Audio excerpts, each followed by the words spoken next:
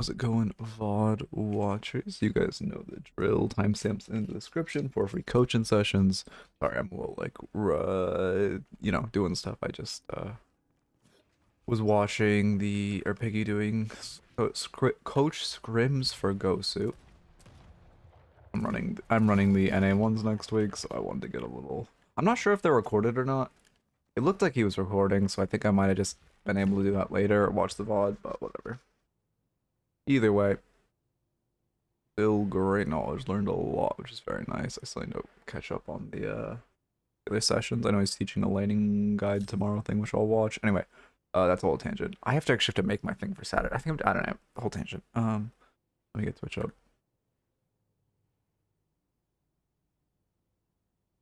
Low key need. I think.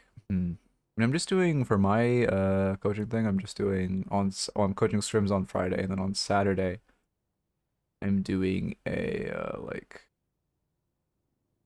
a class, which I think I'm just gonna do the VOD reviews for the week, but I'm really not sure how I'm gonna format that because it's like, I don't know, I'll probably just like focus on Lightning Sage or something.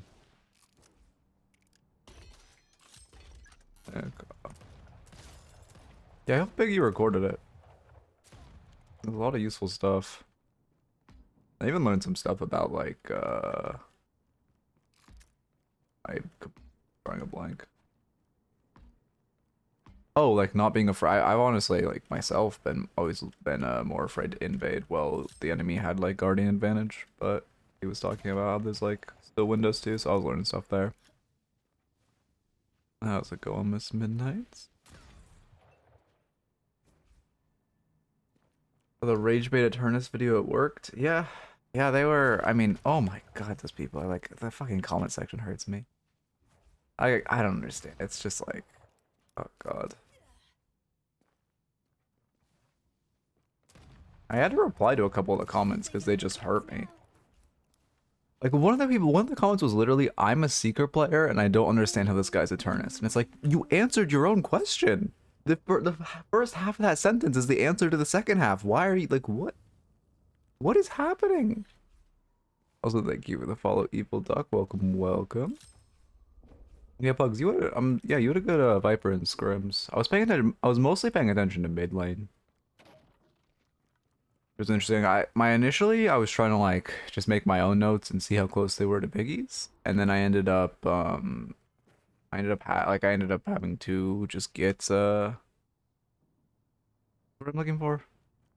I ended up having to get food because I knew the stream would be really late, so I was like, fuck, I gotta if I'm streaming this late, I gotta eat before I actually like start streaming, so I'm not like starving the whole time. And I don't have sparkling water this time. I just have tea. Hitting no. What are you talking about, Wolf? Wolf, you have like I feel like you have hearing issues. Not gonna lie to you.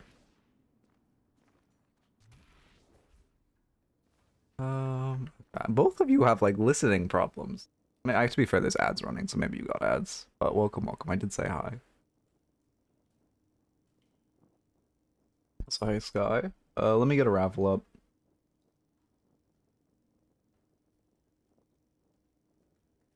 Slash raffle minutes. I did. You want to? There's a VOD.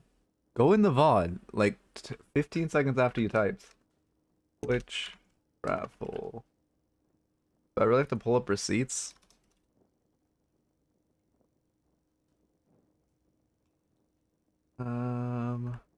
At Gamba. Alright, I'm pulling up receipts then. I'll pull up receipts. I'm petty. We got 5 minutes to kill anyway. Not gonna lie. Channel, go to my VODs. Anyway. God, I love how Twitch plays random shit. Okay, it was like. Let's see. You guys should hear an echo. Is it understandable? For the Rage Bait Eternus video, it worked. Yeah, yeah, they were. I mean, oh, right here. Those people are like, the fucking comment section hurts me. I don't understand. It's just like. Did I skip past it? God. Did skip past it. Let's see. Okay, it's right here.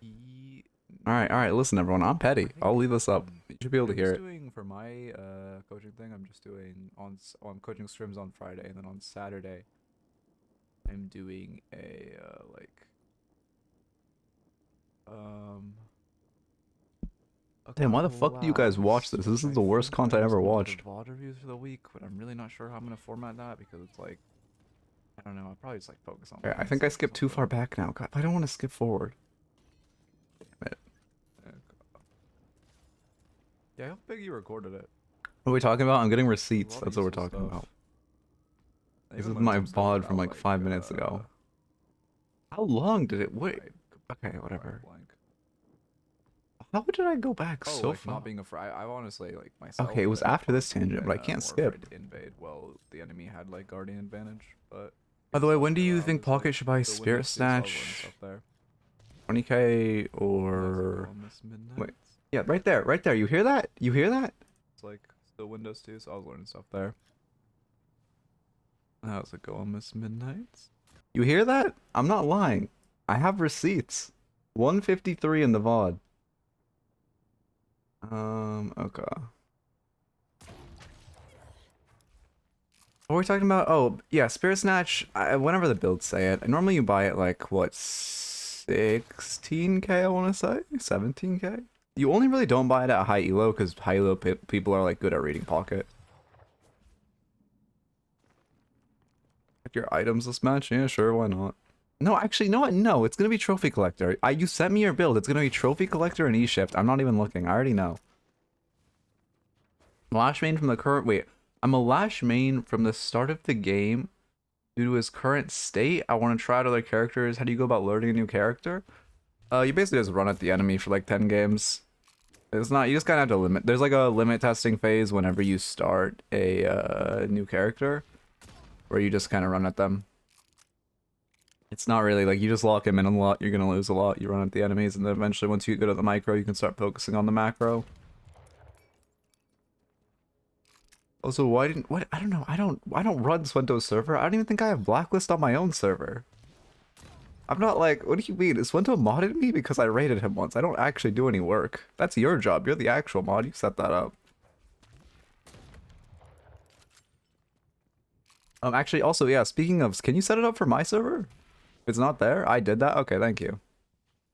See, exactly. So why would you expect me to do it? But you made the server, not Swento's.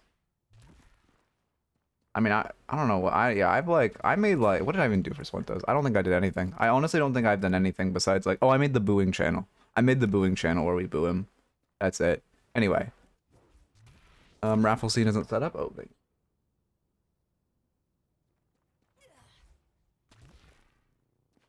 Yeah, Silence Wave is like counter item into like Geist, Yama. Or if you want that burst, but if you also really need the silence. I don't have the rights to do that? I don't either. Wait, on mine? Okay, I'll just figure. I'll do it on mine later. I'll remember. I don't even know which server you're talking about, but I don't have the rights to do it on Swento. Okay, I'll look up how to set a blacklist. I think having... Oh no, I think actually you're forced to. When I made it a community server, I think you are forced to do blanket bans. So I think it should be fine. But I will look into that. Yeah, that's one though. Okay. What am I doing? In 8 seconds. Okay. I'm actually gonna get... I'm grinding like my coaching ability for the next like couple days.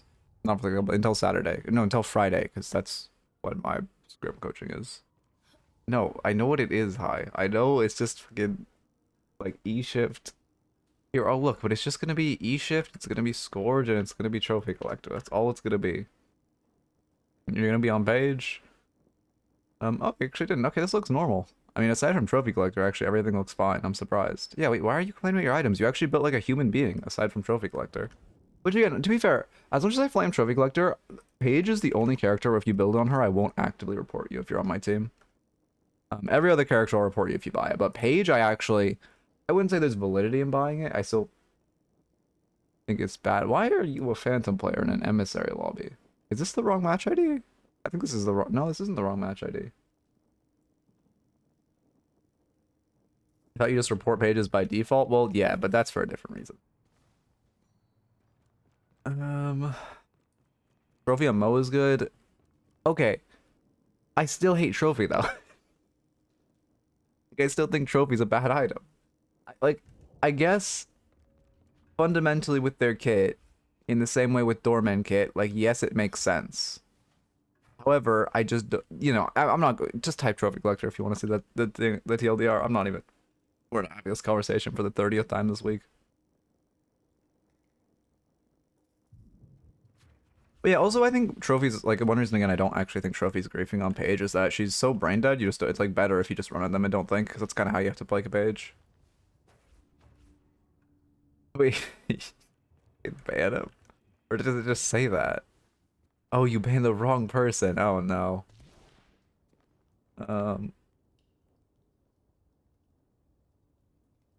Yeah, what if Wolfton never shows up? Trophy Collector is a cringe stacking item. Yeah, you just play the game wrong if you buy it. Isn't Trophy like not too character based, but you gotta evaluate how much early kill potential your combos? No, no, no. Trophy, well, for one, again, Trophy's a bad item, don't buy it. But Trophy's like, it's very character based because the stats it gives. Like Doorman wants, for one, it's better on supports because it doesn't give any offensive stats. Like it's good, it's still dog shit, but it's better on supports because it doesn't give, yeah, that's a TLDR, because it doesn't give offensive stats.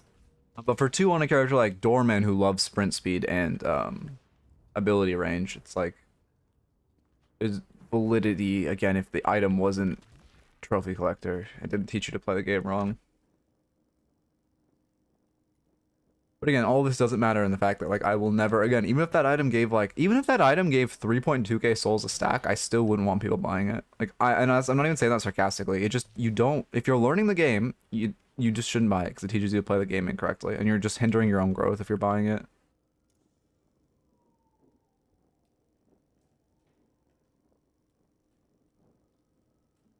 Okay, alright, hi, what do we say? I said that Paige is the only character where I won't report you if you buy it.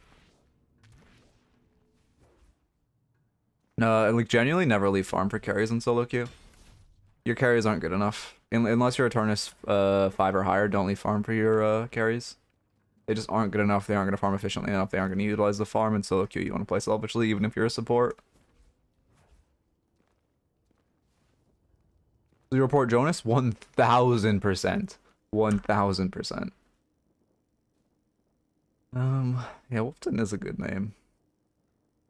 If I got Jonas on my team and he did his fucking, like, Witchmail trophy, if I see someone using the Jonas build in my game, like, I don't report, like, okay, I'm obviously being, like, exaggerative when I say report people. I don't actually report them, but, like, even when I see people use Jonas build, I want to report them. Thank you for the follow, 27. Welcome, welcome. What did I call you, Faye?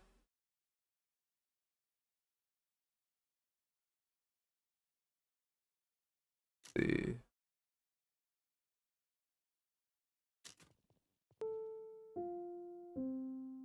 Thank you for the follow. Welcome, welcome. Yeah, I really, okay, again, no flame to Jonas, but, like, I think his build is, like, griefing every b-ball player.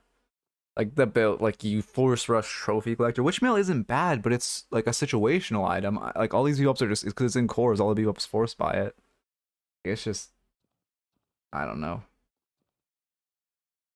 Overlay again? Oh, yeah, thank you. And then let me start the recording. Rank is Phantom. Even though this is an emissary lobby, which will be weird. I'm not sure what your The plans dog. are after the ritual. Depends on what I glean from the patron. Could be anything from doing research to try 11. to shaking down a mass murderer. I was talking about dinner. Oh, Marker. get a hot The wrong character. What character am I coaching? Pocket. Oh, my whole game is broken. Cool. Phantom.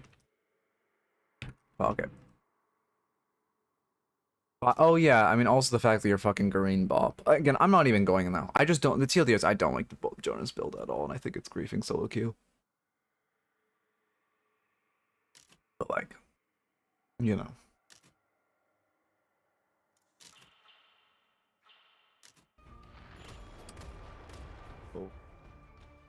I have this. I think I'm ready. Okay.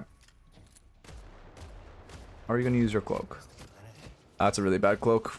You're using cloak. Okay, it's only good to use cloak for poke if it's this early, if it's guaranteed. If they're like in your face and you drop it, then it's good. Throwing a gamble cloak is never better than hitting wave with cloak. It is significantly better to be on like an off angle, just cloaking the entire wave. Or if you really can't, because to be fair, like they could zone you like with bebop and such, then you can just hit 2. Yeah, but even then, again, you're still trying to read the player and throwing cloak. If it's ever not guaranteed, like there is in the same pixel as you, don't throw it for poke. Like again, it's so much better to just get wave prio. Right now, I would just angle my cloak like this. It hits 1 minion, 2 if you waited a second, and has a decent chance connecting with Drifter. Like that's good. If you can throw a gambler's cloak, like right here, yeah, perfect. You can throw a gambler's, yeah, that was a great cloak. You can throw a gambler's cloak if it hits minions as well. So no EU scrims? What are you talking? Like we just did coach to EU scrims. That was like why I was late to stream today. As I was watching Piggy do coach to EU scrims. Haze, yeah. Melee, never melee for a last hit. Super greedy. And we should just win this lane though. We just got a kill advantage. We're Yamato pocket. I mean they'll get spirit shielding, but we just fry.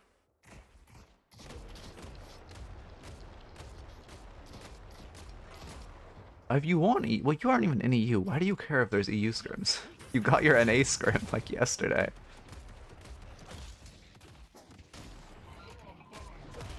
Oh, you are in EU. Wait, you're right. I'm wrong. Wait, weren't you playing in the NA scrim, or am I wrong? I swear you were playing in the scrim last night. What's your thoughts on Scourge buy on pocket late game? I don't buy Scourge on pocket late game. I prefer escalating exposure spirit burn, and I'm not saying that sarcastically. If you're in that late game that you're in uber luxury, just buy escalating exposure, or sorry, buy spirit burn first, then escalating exposure to stack it. Yeah, I mean that was fine. If you want to react quickly, you can parry the bebop melee. But like, yeah, no, I don't think there's a world you would ever buy Scourge. It's not better than like, again, if you're an uber luxury, just go spirit burn angle. I mean, at this point the lane's won. They're just gonna keep running at us. We're gonna win. It's a Drifter player. He's not gonna stop fighting us. Drifter is like the like trophy collector in a hero. This guy, because he's like a stack hero, he's just gonna keep running you and keep dying. Like that's all he's gonna do. You just guys are gonna get tower at like minute 1. We're leap saving, I believe, which is fine. Don't buy. Don't buy. Really bad. Oh, that's a really bad buy. When you're that close to leap, you just should full save for leap. Yeah, I mean, I guess emblem's okay if you don't want to do leap save, but leap save is just so overpowered. Also, reaction barrier great into pockets. Not crazy into the rest of their comp though.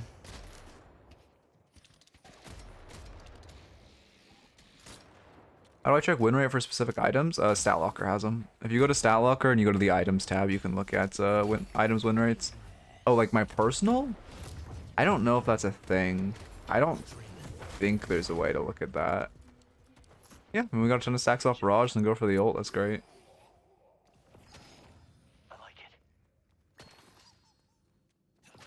Obviously, I mean, if you're playing ideally... Oh, yeah, perfect. I was gonna say playing around buff, so we just want to hard shove the next wave and then grab our buff. I'm glad you know your timers.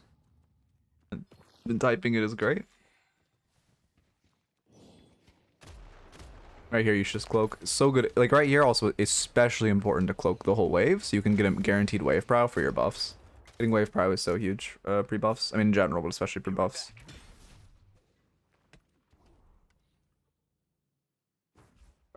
We get our buff though, like this is very above your elo to be on this preemptively.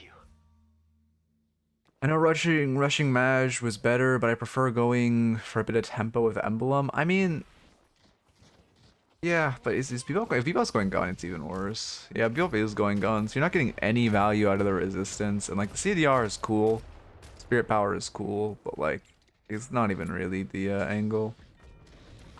Probably just starve. I think I have stir fry. I'll eat after stream. I'm going to the meat store tomorrow, so that's when I'll actually have food. Especially when, okay, it's especially bad because you're letting your souls get so high. When you're at like 2.2k, again, the reason you don't, well, okay. There's 2 reasons you don't save for big items, which is 1, small items are pretty good. But if you, like a character like Pocket who would love to have leap, the reason you don't, also that cloak was bad, but the reason you don't save for a tier 3 is because also just how long you're weak. So when your souls are already getting, like right now we should not really be looking for a fight. Like the way we lose this lane that's very 1 is we take a fight when we're saving for leap and we're at our weakest. So right now you just play a little slow, get your prio, don't just space the hook and you guys are fine. You space the hook for 1 more wave and you win the game. Well, you win lane, like guaranteed. Okay, if he hit that like that could snowball the whole lane back at us. That's really risky. Okay. Now Beowulf hook is on CD, so it's fine to siege this. You just want to start backing off soon. Careful, hook is coming back up fairly soon. Again, would have been a good time after you after you like knock the minions off zip, just throw your cloak to give you prio. Are they still doing the EU scrims? Oh, Piggy's still going on. And by the way, I'm pretty sure the scrims are supposed to be an hour. Piggy's already hit 2 hours and counting. He is spending so long in those notes, goddamn.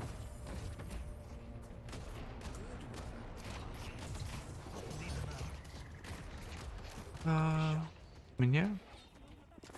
Want to buy here, but I saw Yamato. Wait, let me look at this. Sorry, I was distracted by the Piggy thing. I mean, if she is going, wait, well, let me look. When exactly is the engage? Also, what's the buys looking? Buys look fine. More of our teams ours. Okay. You're boxing and then buying, I assume. Yeah, we're boxing. Oh, we're farming this. I mean, you should just, yeah, you should go shop here. You're like right next to it. It's like a 4-second detour. If you're grabbing zip, you can make it even quicker. It's like a 4-second detour to buy the character's biggest spike, which is huge. For 1, you could just give her a ping, like fall back, or give her a ping, be right back, and then go. But you could preemptively ping, you're doing that. And then also you should just go to shop. Because also keep in mind, like the distance you make, it's just as efficient for you to go to shop, buy Majestic Leap, and then pop it and get back into lane than it is for you just to walk back. But like the movement of Majestic Leap would get you back at the same rate. And then also even if it was an item that didn't give movement, it'd still be great. They have boosts, so you should be a little careful.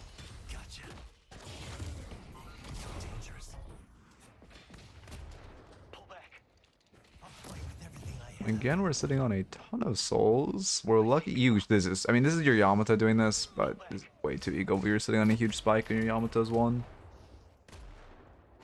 Not really your fault. Like right now, we're pushing back for taking shots, which is really bad, and we just need to be a shop. Yeah, it's way too greedy.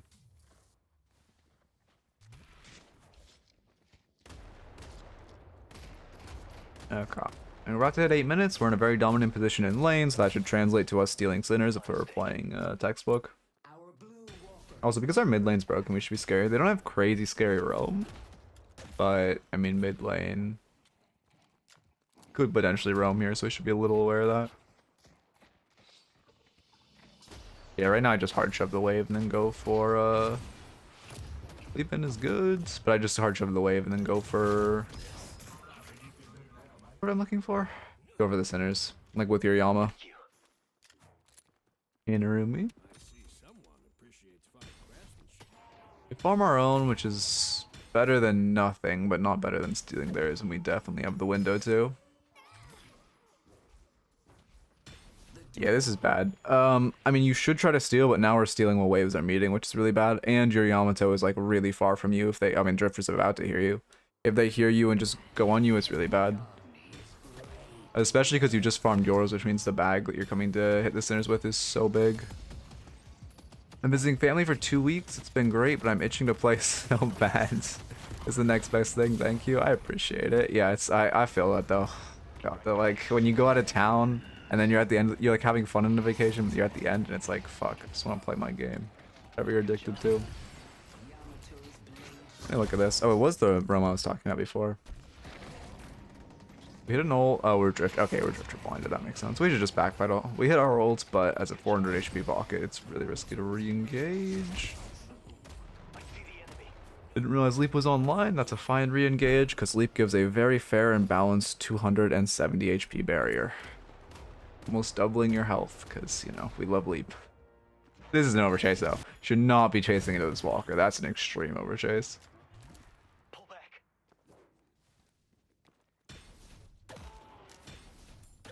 Just gave my dog a carrot, alright.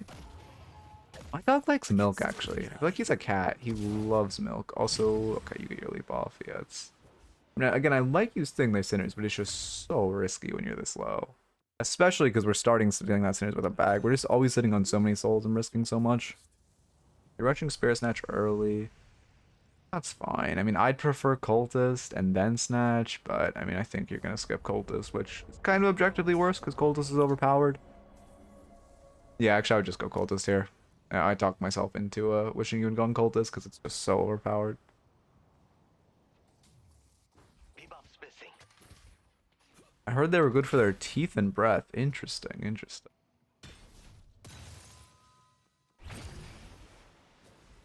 Yeah. Okay, wait. Apologies. No real point in being here. Like, if we look at map, okay, it's not impossible, but the chance of you killing someone on top of this walker while they have walker resist and they're on their walker is so incredibly improbable that it's just not worth being here. When you get a harder shoved wave like this, you should use your advantage to look at mid. Look to kill the mid guardian, look to push with your team. They're showing 3 on this right side right now. Which, you know, if this was later in the game, yeah, it's great to trade walker back because I start showing 3 on the right side. But because we're only 10 minutes into the game, there's a ton of, the walkers have a ton of flat resistances, so we can't really siege it. And when you have leap and fast rotation, if instead of using your leap to get here, if you just leaped over here, you could have hit an ult on Bebop, the tower, gotten the tower. You would have traded towers, but it would have been great. You then open yourselves up. If your Yama keeps pushing lane, you then could go steal their doubles. Like, there's a lot of opportunity here, and when you break this tower, you open you open doubles up, which is really, really huge. Instead, we're just gonna go run at their walker, probably do like 10% of its HP, and then get shot by the laser for a while. Okay, we cleared way. I mean, I'm glad you didn't try to siege walker, but still kind of a waste of our time. I do see a 4K advantage at 10 minutes. You know, I'm thinking earn. They have a lot of guardians left. Oh, also one thing. Piggy was just talking about this in scrims. If you had done that, you kill this tower, then you steal their doubles, right, with Yama. You shove this wave again, you can then run the urn, and when you force a very positive fight for your team here, they might choose to trade Guardian back, right? But then you are immediately going to get their Guardian. And since you've already killed this Guardian, you're unlocking your flex, and if they don't choose to trade, you're just getting urn and a flex. Otherwise, you're getting urn and trading Guardians, which is still great. And then again, completely unlocking like so much of their map. Okay. Now, was this lost cause? I mean, this is a Phantom player playing in like an emissary lobby, so I can't imagine the distribution in this elo is good. This is probably like 1 Phantom and like 4 Seekers and like 1 Ascendant and, you know, 8 other like Alchemists. Probably something like that, because it didn't say high skill party disparity, which means this is a solo queue game that just popped like this. Mike's Emissary isn't that far below Phantom. 3 letter ranks? Okay, that's pretty far. But with player distribution, it's like 10% of players or something. 20%? 30%. Okay, it's pretty big. Roaming for this Guardian, which is fine. Looking for a fight with our ults. I mean, yeah, this is fine. We're gonna get Guardian. Only thing is, like, before we rotate over, it would have been so much better to try to steal his doubles, especially with this tower broken. Doubles is so invadable when you break 2 Guardians. Great to steal. Again, I'm stressing invasion of jungle a lot because you're a Pocket and Pocket loves to invade. Pocket has like really good invade because they're so slippery.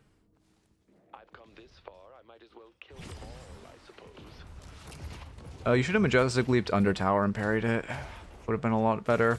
Set your team up for a potential dive. On tower stuns. Put you in a better spot. You need to be careful though. Because right now we're showing 3 on this Guardian. They're showing 2. If they rotate someone else over, it's a 3v3. Or not best 3v3 rather. Oh, we have 4 here. Okay, it's a 4v2. I don't know what. Elo based thing, if they engage on me like this, I'm assuming I'm running away because I'm assuming there's no shot 2 of them are running at 4 of us without like 2 people boosting down this zip. It's fine to counterfight them as long as you acknowledge that this counterfight is only good because of your elo and you're just assuming your enemy is unintelligent, essentially. Which is fine, you just have to make sure you're consciously, you're consciously telling yourself this would not be a good play if I was at a better level. Because if my enemy runs at me, I have to assume they have some kind of advantage. But it's just Drifter and the goddamn Trophy Collector paradox where he sees stacks, so he just runs at you. Not even Trophy Collector paradox, just Trophy Collector fallacy, I suppose is a better way to put that. I should coin that term. Oh, I'm coining Trophy Collector fallacy. Also, we have sat in this lane. I know I'm pausing so much, my apologies. We have sat in this lane for like 5 minutes. We've done like maybe like 20% damage to this tower because it was already hit. And now this wave's crashing into our walker. This is really bad. We just keep pushing way past when instead of, you know, trying to chase, I don't even know what you're doing chasing over here, you should have just hit the Guardian. Killed it 10 minutes ago, then one of your teammates could have, or well, one of your teammates should have reset to catch the crashing wave. But you get a pick, but again, that shouldn't have been allowed because, like, why is the Viscous even trying to fight that? He sees 3 of you hitting his tower and he's like, I can 1v3. I can throw some, like, it's going to provide a lot of value if I Kobe a splatter for like 100 damage on them. That'll stop them from taking tower. Barrage Max would have been enough to carry. I don't actually know. Okay, what's the thought process behind pivoting to Barrage Max? There's like Uber carry? Like, I assume you do it post ult max. You might be meleeing a little too much. We're trying to abuse our Spirit Snatch, but be a little careful. Flat damage, okay, because your numbers are already so high because you're so ahead. The percent flat damage increase it gives you is even more absurd. That makes sense. There's our Cultist, which, okay, I like that we're buying Cultist. I just would have preferred it before Snatch. Cultist is so good, and buying, like, it's the difference between buying it at like 11 minutes or 15 minutes, which is pretty significant. And Cultist, obviously, the immediate reinvestment towards Snatch goes crazy. Okay. Farm your doubles, that's fine. I mean, for some reason, whatever. We're strong on the left side, but it isn't our fault. We're just farming Sinners, so we're gonna get Uber fed. I mean, this game should be won at this point. We have a pocket with like 30 Sinner buffs at minute 15. Like, this should never be losable. I don't really trust myself to run carry, so I do Affliction Max. Okay. I honestly don't know very many. I obviously know like pocket building and all that, but I don't know very many like complex pocket philosophies. If that makes sense. This is bad. We're just running at the fight. You're respawning. You're just seeing 2 people running at your team and you're just pathing to the fight. Yeah, we have ult, so like a fight's not bad for us, but we should not just path towards the fight for no reason. Again, it's kind of the intelligence thing where you should assume this is, for one, like, is this 3 people here? Okay, it's a 3v2. So for one, when we have no information and they're actively trying to fight us, we should assume they have players behind them, because why would they just run at us? Unless they have Trophy Collector, of course, because then you don't have to assume their intelligence. But also, you just shouldn't be always running down the lane where there's a fight. We have other shoved lanes. I look at this game state and I just want to run Urn. You can get this exact same type of fight, except it'll be over Urn. You have good wave prio.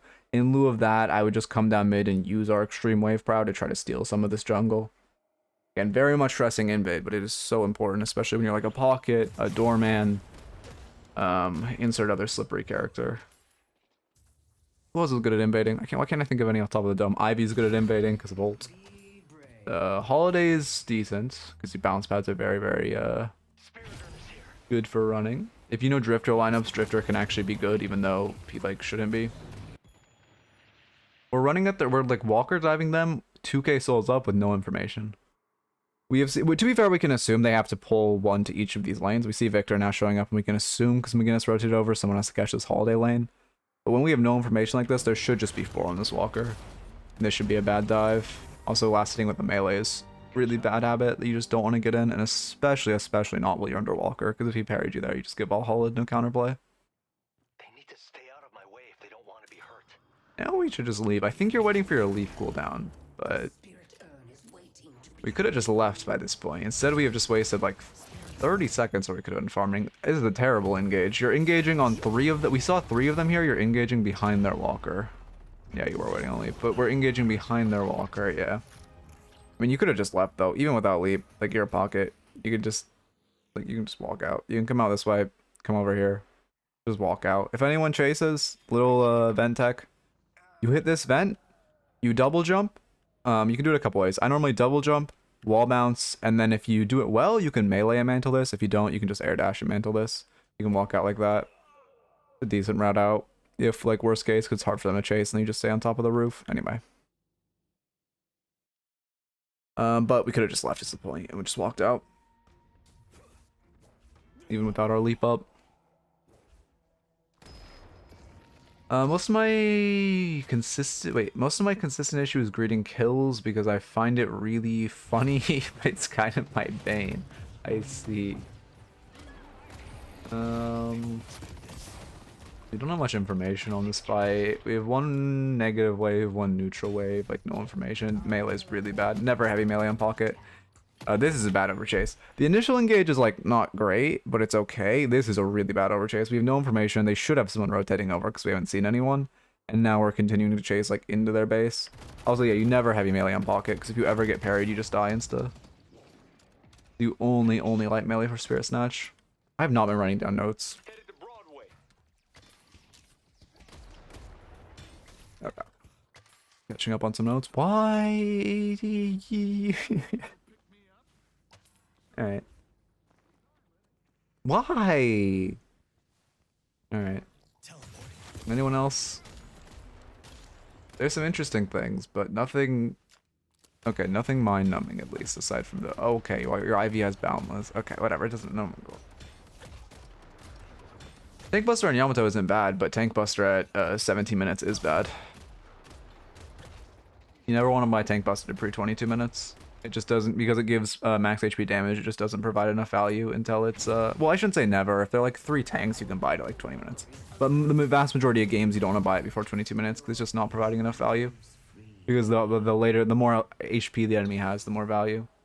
And your tank is decently tanky, so it is a good item, but not to rush. You should buy it like, I would buy it like on, I don't know, 21 minutes. At the earliest. Okay. And you're catching Victor out, but it's like, whatever. This is fine. It's just like, why do we have 4 on our side lane? We're not playing the game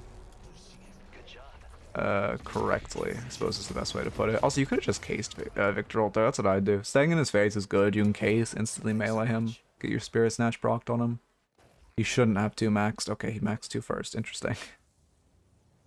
Interesting, we max 2 first and rush escalating. This is... whatever.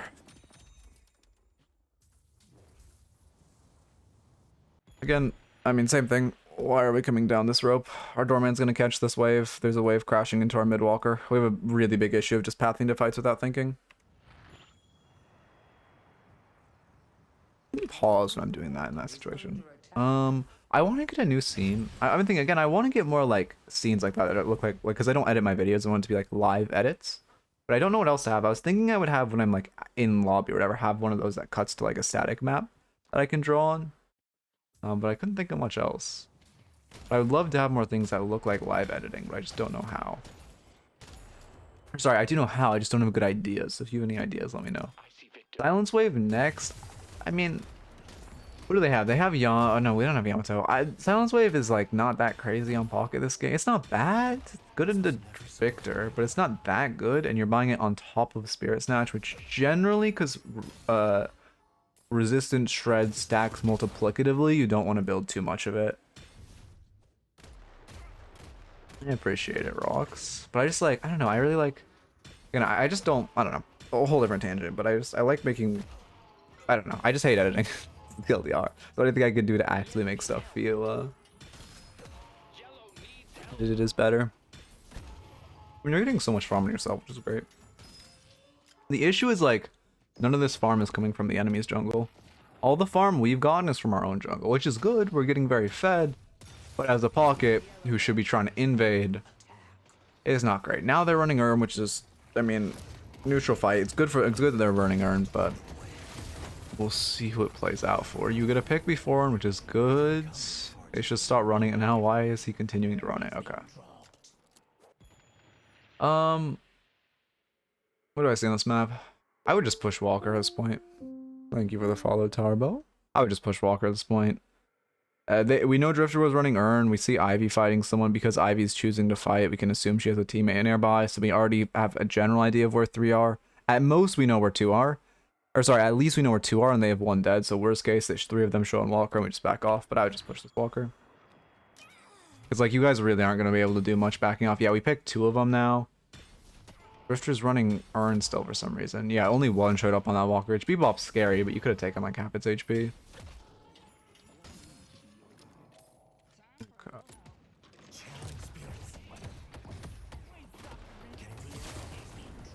Yeah. Did you use your Spirit Snatcher? I don't think you used your Spirit Snatch. Again, keep in mind when you're using... an issue I'm noticing with your melees is they come after. Like, your melees are normally on the guy when he's like 10% HP.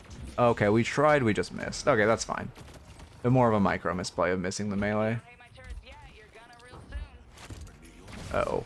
Oh, we're casing for lead. Perfect. I hope, okay, again, love the Deadlock replay system, so amazing it's in the game, but I do hope they fix the cooldown glitches, because I feel like the other glitches aren't that big, but like I do get, my coaching does get griefed by like not knowing cooldowns half the time. I guess that's why some people, or most people do, video or coaching off videos. I mean, again, yeah, same issue. Like, we're pathing mid because we see a couple, but our, Shiv is getting 2v1 on this Walker. He's going to be forced to reset, I assume, right? Yeah, he's half HP. He can't solo defend this Walker. You need to rotate over to help him defend this Walker and defend this wave instead of just coming mid for no reason.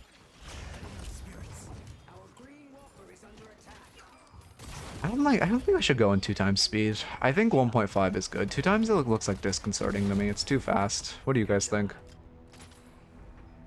Let's push York. Let's push Broadway. Those are my best stats / best carry games are in Oracle lobbies, but I'm Emissary. I mean, yeah, I don't know. To be fair, in like a game like that, it's games that are that different from your main Nilo are very scuffed in distribution. Spirit Burn next. Yeah, that's fine. 2 times too fast? Okay, yeah, that's what I was thinking. Yeah, I think 2 times would feel okay if they had a better, like, if they did it better, but I think you lose frames when you 2 times because of the way the replay system's designed, so it also just looks very, like, janky and choppy. It's like speeding up, like, something when you're editing it almost. Rather than, like, actually giving more frame. Well, actually, that doesn't make sense. It should give more frames. Why does it give less? I mean, again, same thing. Yes, great, we're farming sinners. Bad, we're farming our own sinners when we have a ton of pressure. And, like, we have a ton of pressure on map. All of the enemy left side jungle is up and invadable. Now we're going for it, which is good. But same issue as before, we've now acquired a bag from our jungle, we're bringing it into the enemy jungle. You want to, like, acquire your bag in the enemy jungle and then go back to your own to farm. You don't want to be acquiring the bag and then dropping here. When should you farm your own sinners? I mean, it's great too. Just when there's not an option to farm the enemy jungle, I suppose is the best way to put it. You should farm your own sinners when 1, they're in danger of getting invaded, or 2, you don't have the option to farm enemy sinners. So like the perfect rhythm right here would be Paul get walked up, farm the sinners. If we kept having prio, you could get really greedy, take this doubles. Then you would hit vent, come back over here, farm your own sinners.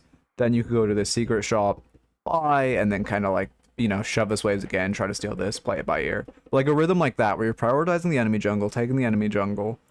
Then once waves are starting to get pushed back and you start to get a bag, you come back, farm your own, push the wave back, like that type of rhythm. And the reason I say you would want to buy as soon as possible is because you would have, if you had farmed all those sinners at that point, you'd have like a above 1k bag. You would need to get like buy as quickly as possible.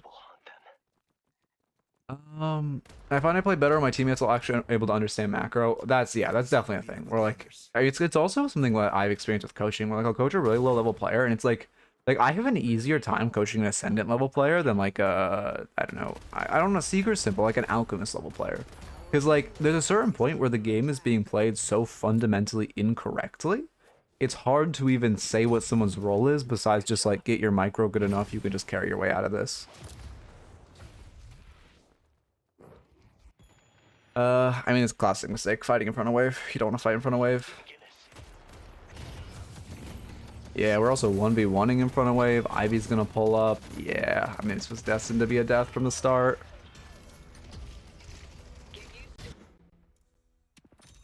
Is it only applicable because he's pocket? It's okay. It's applicable on every character, but you want to more aggressively steal farm on pocket because you're so slippery. But any character could do it. Like in the situation where we have both wave shoved and their sinners are up, any character could go steal. I just wouldn't even think of greeting the doubles unless I'm a character like Pocket, Doorman, Holiday who can be very slippery. Also, is my game glitched? No, you're safe, guy. IRLCC, unlucky. This is a long IRLCC. The time food came home. Yeah, I get you. I get you. Oh, you're still AFK eating, aren't you? Because your mouse is dead. Yep, you're still eating. Okay, I respect it. There we go. Okay. I mean, and also, okay, I look at this game. We're down 10k. So this is a point where you don't want a fair fight, right? You're down 10k, you don't win a fair fight. I look at our comp, I see, okay, we have Holiday, mostly Holiday, a little bit of Doorman. We win this game by getting a Holiday lasso in side lane. We come back into this game by going to a side lane, getting a Holiday lasso, and then leveraging that into probably earn any kind, or just any kind of good fight. If we get a couple picks, it can be mid. This is bad though. Just brute force taking, in general, a fight mid will be a team fight. So brute force taking a fight mid is bad. We have a big collapse. Okay, actually, let me actually change that, because we have a big collapse. This actually isn't bad because we're collapsing on our jungle. But generally, we would much rather have like 6 of us collapsing on the guy on side than the guy in mid. This actually is not bad because we have literally 6 of us on this one guy, which is, but to be fair, that is a different problem if we are overkill on this guy. We do not need 6 to kill 1, maybe 2 of them. And yes, they will have backup, but it is a little too many to commit to this. Because we're going to lose all our wave prio. And somehow your Yama dies? How is that a 1-for-1? Ooh. Thank you for the sub, Tarbo. Welcome, welcome. Somehow that's a 1-for-1. So it actually, okay, to be fair, that should have worked out. But now if you look at your map, because we committed 6 here, 2 very negative waves. So where we normally, say a world your Yama didn't die, but like, okay, we have a pick. Let's use this to run earn, use our advantage. Now you can't really leverage that advantage because 2 of you have to go to fix your waves. Which, well, you still could run earn, but it's much more difficult. Careful, Holiday. Oh, you should not go mid off one. When actually, you don't even have a single pick. This is not a mid angle. Yeah. He's dead. Don't die for him. Actually, it's a Viscus. He might be able... No, it's not a Viscus. It's a Billy. I'm glad you didn't die for him. Very classic mistake would be like leaping in there to try to peel for him, and then they get 2 picks. They do mid. Am I on 2 speed, or does it just look weird? Okay, it just looks weird. Yeah, I mean, your goal here is really just to ult to stop them from coming into your base.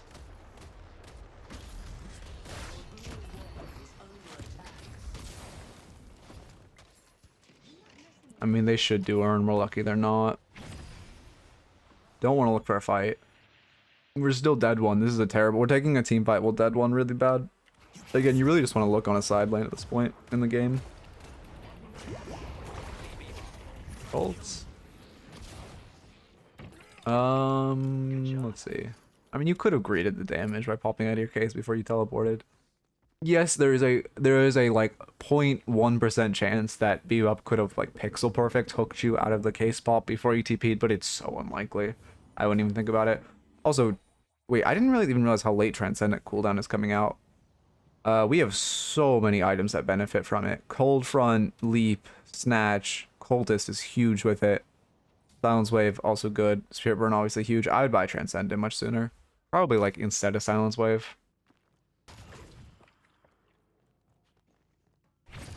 Yeah, you could actually have the exact same buy if you had just substituted Silence Wave for Transcendent cooldown, and it'd feel a lot better. Oh, and now we're going Tank Buster first, which is Tank Buster good? This game, I mean, it's... Yeah, they have decent max HPs, and it is... Okay, I don't mind Tank Buster this game, I just would much prefer Transcendent first.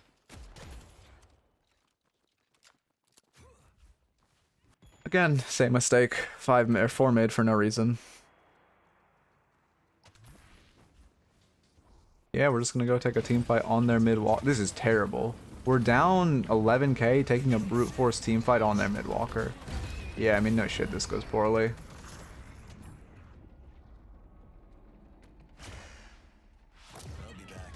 Should not be trying to re-engage.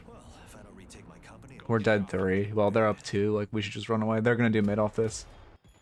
You have 2 options. Well, yeah, I should stop pausing. You have 2 options. One of them, you could run away and try to contest mid when they do it, because you have Doorman who's pretty good at contesting mid.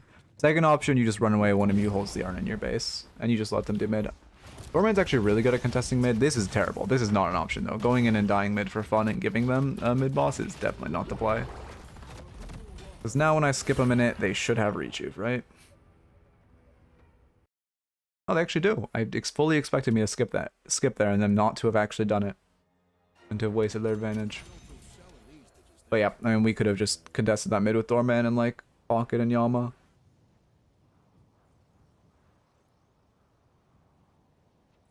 Is confirming mid prio more important than collapsing 6 side? Wait, what do you, I mean, you don't want to, like, you never want to collapse a 6 on a side lane. But, like, you can do, like, a split that's, like, 1, 2, 1, 1. Or, like, a 1, 1, 2, 1. And then, like, these two with, like, a Holiday or someone look to go gank this lane. Or, like, your Infernus is hard farming. I meant to draw an eye. Your Infernus is hard farming. And then you look for a pick like this.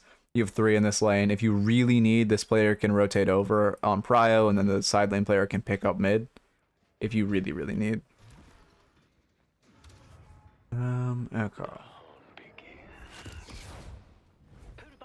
Need a better way of illustrating. I know there's actually, I learned of this website recently where you like, it's like the old Valorant website where you can like, you get a map and you can like drag character images onto it to like design plays and stuff, which is cool.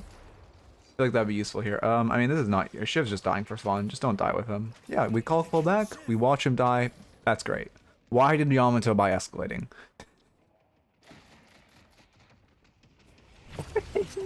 Fuck, man. Like, I guess it technically stacks all Spirit Burn, but like, come on. Okay, they're brute forcing mid. Wait, yeah, your Shiv was fighting. I didn't even realize the fact that he was fighting like that while they had rejuve. Do you think every game is carryable if I'm good enough on any character? Or do I gotta be on carries? Okay, I don't... Oh, it's hard to say without fueling copium. I think 95% of games are carryable. And I think the 5% that aren't, you still are making a lot of mistakes and you can still improve. No matter who you're playing. It's probably, you know, 95 if you're a carry character, like 90 if you're a support. But I think if you, as every single game you lose, you still have a lot of mistakes you made no matter what elo and things you can improve on. Also, our mistake here was just we're like pushing in front of Walker to fight when we're, when they have 2 rejuves. You should just leave now. Why are we... This is so risky. I mean, yes, you leap out, but like, if we just walk out this way, we can just walk out like this, and then leap, and it's 50x safer, or just, if you want to be really safe, come this way.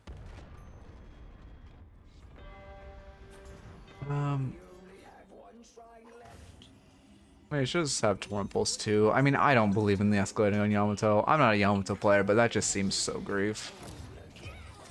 Like, that just seems so grief. Yeah.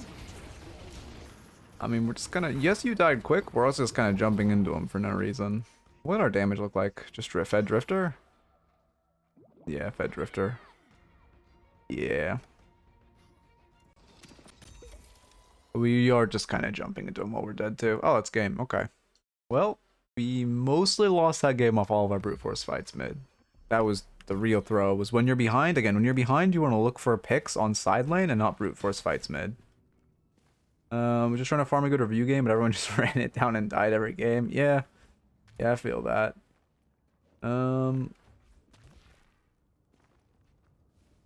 I always think about an old Overwatch coach saying 1/3 of your games you can't win, 1/3 you can't lose, and 1/3 are up to you. That's a pretty good way of thinking about it. Oh my god. Just knock the cannon. Yeah, actually, that's a really good way of thinking about it. I like that mentality. I would probably... I wouldn't say 1/3 you can't win, but I like the idea of the philosophy. Okay, anyway. As far as the notes... Biggest emphasis, and will probably the title of this video, is just invading more in general, but especially if you're pocket, just stealing farm, especially when you have an early advantage. We kind of threw our early advantage by not pushing into their jungle. In lane, you want to be cloak and wave. Cloak or prio, especially if you know a bridge buff's about to spawn. Never heavy melee on pocket, and don't be even light mailing to finish off a kill, because that's just like a terrible habit that'll get you punished against better players, because they will panic parry. Sorry, my voice is tweaking. I don't know how my voice keeps being shot this entire week. Anyway, that's a tangent. We were just like, also a big issue in the mid game. This kind of petered out in the late game, but in the mid game we were just way too much over fighting, and just like we would just respawn and we would look at our lanes and be like, okay, where's the team fight? There's 2 guys left. Let's go. Like that's just not how you want to play that. You want to manage waves. You don't want to be pathing to a fight. Your teammates are dying. Just, you know, I mean, if you can save them, just generally let your teammates die if they're griefing. And if the enemy team is just like pushing or like fighting aggressively, it's just so much better to prioritize waves. Then we took a ton of bad fights. The whole game was like relatively bad fights. If you want to force a fight when you're winning, run earn. Don't just force a fight for fun on a side lane. And then when we're losing, we don't want to force a fight for fun in the mid lane, and we want to look for pick with our holiday ult on the side lane. Anyway, for watching on YouTube, I hope you enjoyed and keep it real. There we go.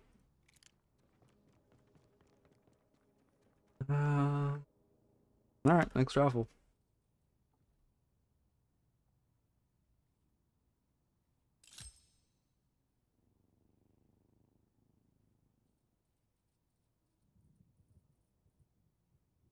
And then go here. Perfect. Hopefully actually having tea will make my voice better, but actually, I want to check something, one sec.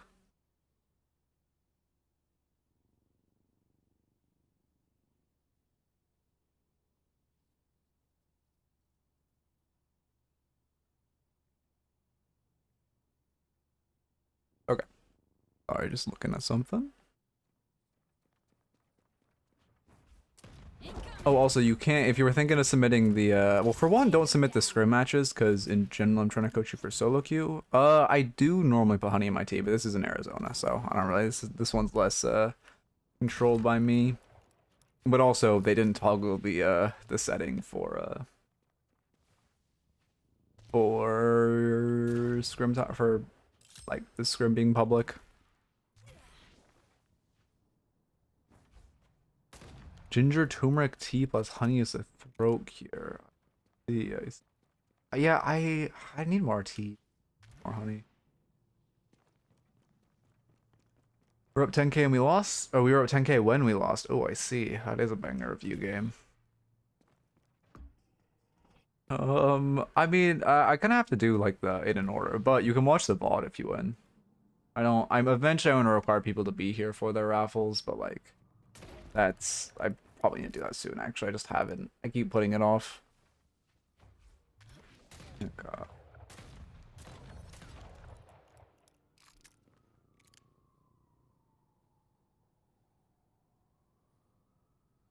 I might be sick or something. I don't know what you call this, but it feels like inflamed. I think I might just low-key be sick. Oh, I haven't been eating well for the longest time. That's probably what it is. Like sore, not sore, but just like inflamed. Yeah, this is, I forget what this is called. I don't remember. I'm done playing nice. Hope I got this position right. Oh, I want to work on the Warden build more. Again, this character is so playable in solo queue. People just don't like him because he's, well, for one, he's like so fat and he can't move for the life of him. But for two, and that's really just it. Oh no, capacitor like neuters him at a higher level, but if you're not Eternus, people don't use capacitor well. Do I want Arcane Surge in this build? I feel like Arcane Surge is just so OP, you need it.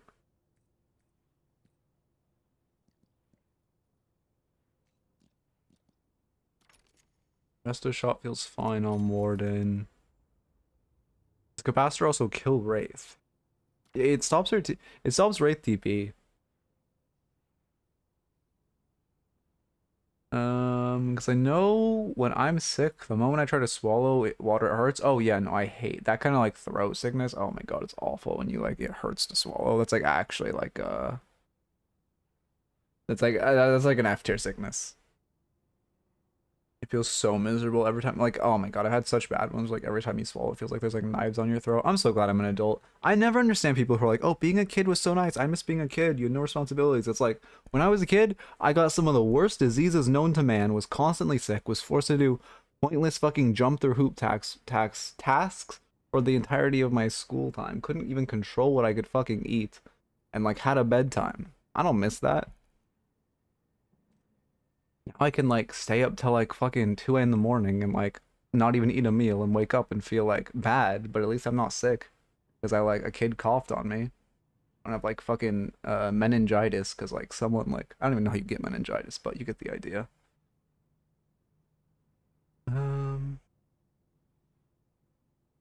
Yeah, but think about being with the boys every weekday. It wasn't being with the boys though. That's the thing. It's like I have slight nostalgia for high school, but I've thought about it. Every nostalgic part, like memory I have of high school, is not during a class.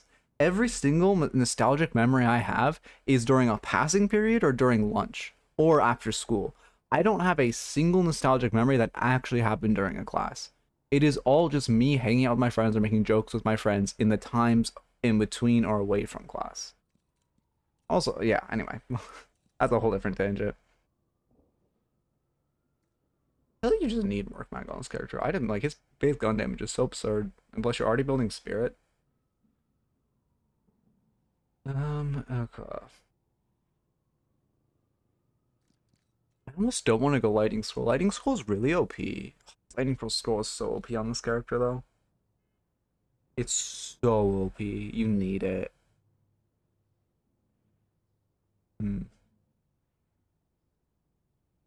Ascendant Doorman, okay. I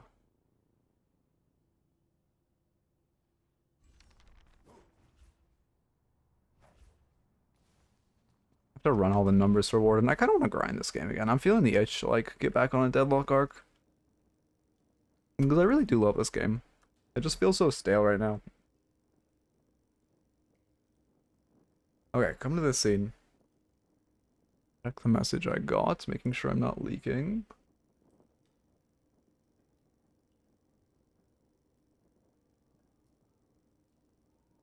And then come back here. We're perfect. I'm losing hope. Any game that isn't me stomping on Mina or Duo just becomes insta-loss.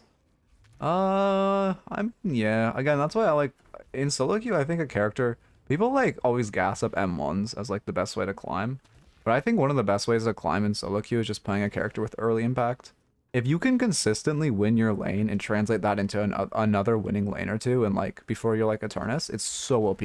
People are so bad at coming back, and in general, laning stage is super good, super like meaningful. Don't get me wrong, and in general, winning lane is super important. But like if you can like especially in solo queue and like lower levels, it's especially important. So, like that's one reason I'd like I don't know. I think a 70% win rate on holiday when it's on my holiday arc. Was it was literally just like I would just win like 70% of my lanes and then force a like go roam into another lane, hit a fat lasso, get the other lane ahead, and we just win.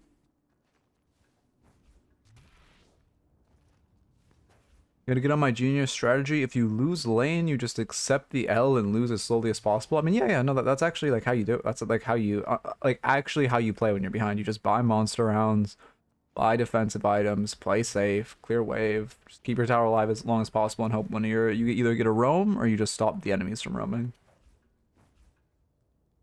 Also have to wait for the network to finish updating. Is it Tuesday maintenance? God damn, it's Tuesday maintenance. This could be a second. Alright. I throw. Oh god. Is it still download while the network is down? Oh, it does. You think it'd be fun if they had an objective similar to mid boss as a smaller reward for early mid? Oh yeah. They definitely will, and we definitely need like another sub objective. Also, I like Earn in the fact that someone can single-handedly initiate an objective and it forces a fight. But holy fuck, is the act of running Earn so boring. You guys made me pull out Gun Holiday and we still lost? Damn. That is tragic. I wish I could aim. Gun Holiday would be so good if I could aim. It's like, probably, it's the second best build in the game right now. But like, I just can't aim, so I'm cosmetic when I play it.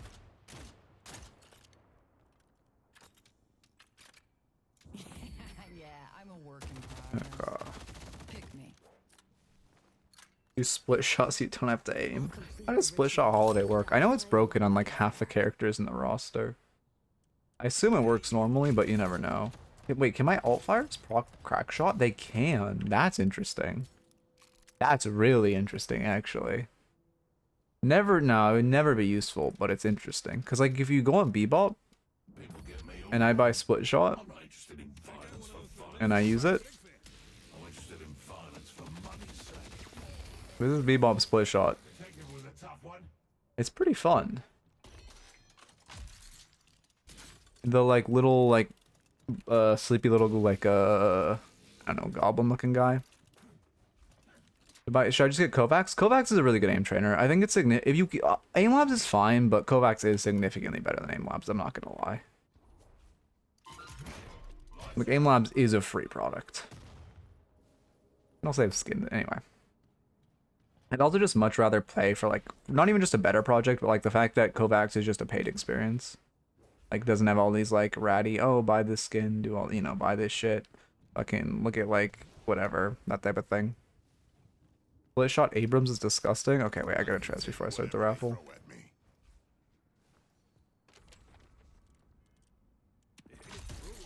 Oh my god, that's amazing. Okay, abusable. Hello? Jump. Do they have settings for the different projectile speeds that Deadlock heroes have? In Kovacs, they probably have guns at different projectile speeds. I haven't really delved deep into Kovacs. As you can probably guess, I'm not really like an aim guy or someone who really tries to improve my aim. I've used Kovacs and like I like it. But like I'm not, I'm hardly an aim guy. Oh, on aim labs, I have no clue. I have no clue. Oh, I really want to use a sensitivity. Sensitivity finder is a joke. What the fuck is happening? I think the network might still be down. Sensitivity is a joke. Sensitivity finder is a joke. You know what you need for a sense? You can do like very small flicks. Like if you come over here and you want to look at like this bottle cap, you can easily and consistently just flip to like these two corners without your hand shaking. And you can, if you put your mouse in the center of the mouse pad, you can do a 180 without hitting the end of your mouse, like without hitting the end of your mouse pad. And if you put it on one side, you can do a 360. That's all you need. As long as you can do that, your sense is fine. Anything else is copium. Okay, will it actually work now? You can do a microflex drill on Kovacs to check that your sense is right. As long as you can do a microflex drill fine, and your mouse isn't hitting like anything. What is happening to this replay? I've never seen this glitch before. Will this fix it? Okay, I'm actually paused. Now if I go to the start and I press play, hey, it's fine. Okay. All the pros love using sense randomizers. Does it just randomly change your sense? That actually sounds kind of fun. Irvin? Doorman. I will lodge your complaint with the management. I will. If I need to intervene, so be it. I don't know why I took the weekend off and I still feel bad. I'm probably just sick. Whatever. We face tank. Ascendant Doorman. Let me slash marker. It's just brain rot for competitive. Like it's brain rot for competitively viable. No flame to Crayon. I think he's a good streamer, but like like the brain rot he's inflicting on the Deadlock scene as a whole, I genuinely dislike. I think he's like, don't get me wrong, I think he's a good streamer. I just hate all the brain rot terms I'm hearing like as a direct consequence of his stream.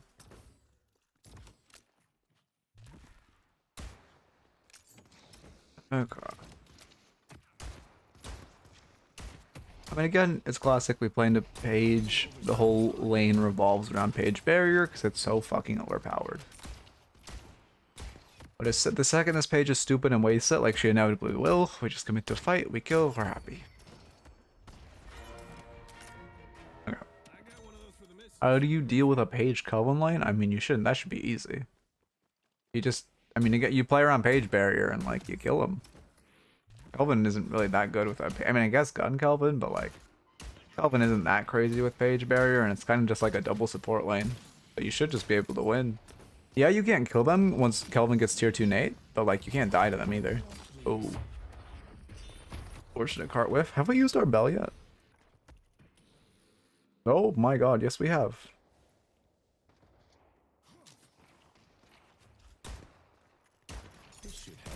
Yeah, we love Page. Good bell.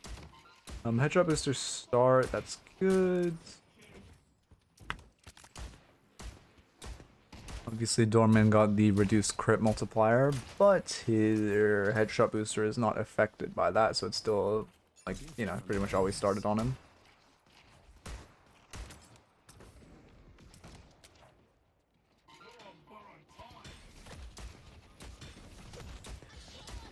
Yeah, I'd be careful committing to that. The invade, what does the invade look like? They have page barrier. Actually, that invade's super risky. We don't really have, how much wave power do we have? I don't think we have enough wave power to go for that. Your debuff initiated it, but I wouldn't commit. I wouldn't melee in, I would just shoot from the back. Let me check. If we had wave power, it's okay, but I don't think we did. Oh no, we have, okay, we have one minion in their face. But yeah, I mean, they have page barrier here. They definitely could have and should have won this trade. We just, I mean, again, I don't mind sitting this camp. You just want to do it, like, safer. You shouldn't melee in, you should just shoot it from back here. Because when you're committing and like Shiv has dash, Page has barrier, Bebop used bomb on camp. Scary. The shame, I feel I lost my card to complain about Page since I played so much Mercy and Overwatch. Remember, I know that I don't know like much about, I obviously know like what Overwatch characters do vaguely, but I didn't even know much about like how like which heroes are like okay, how were this, like which, how overtuned heroes are, I guess is what I'm looking for. Anyway, walk in.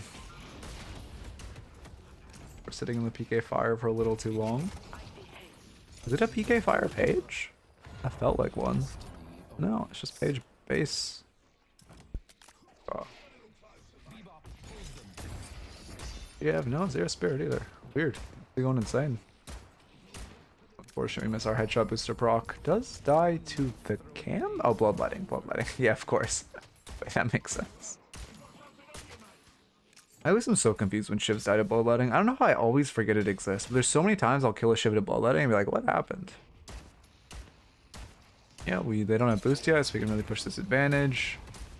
Alright, I gotta walk in. This is like, you seem pretty confident, so I gotta really pay attention. I mean, I do like the bell throw for hitting off page barrier. Also, you're really good at using Doorman bells. Like, pay attention. This is something you see a lot of. Oh, we have such a good cart. Oh, unlucky. This is something you see a lot of bad Doormans do. Like, watch when he bells on a player, he bells at the ground in front of them and then shoots it. It's like the best way to bell as a Doorman, because you don't, like, otherwise, you know, they can get in the way, they can block it. It's just like very inconsistent. But if you bell at their feet and then shoot it, it's crazy. Enchant his emblem. You should have rushed Guardian Ward. Whenever you have a tier 2 next and you're saving for it, just buy a tier 2. Guardian Ward rush would feel great. Also, Enchanter's Emblem is fantastic this game. Enchanter's Emblem, generally overpowered, great into a double spirit lane. Shiv is reactive rush, that makes sense. Ooh, unfortunate. This is why we need an anti-barrier item, by the way. They have they have so many cancer barriers. Oh my god. I mean, at least Paige wastes ult because she's stupid. Sorry, do I have stream mode on? Okay, I can blame the shadows page, it's fine.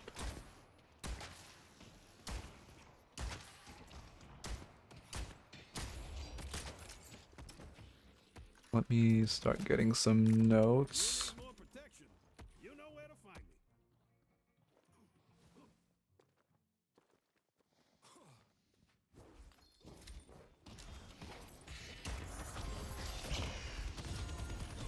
Minute 1 realm?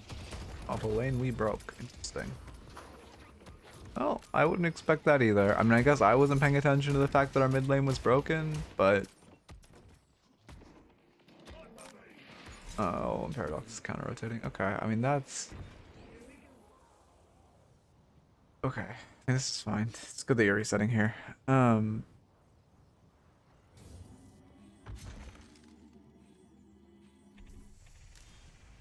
We boost back to our lane. Yeah, this is fine. I mean, yeah, it's like surprising she min 1 or like min 5 ganks us with her lane. I mean, it makes sense she does because it's better for like this early before Sinner spawns. It's better to look for. Okay, as a general rule of thumb, if you like win mid lane this early, it's much better to look for like a roam than for a like stealing enemies. Well, to be fair, they can't even steal your jungle because they're in a bad spot. It's better to look for a roam than for jungle.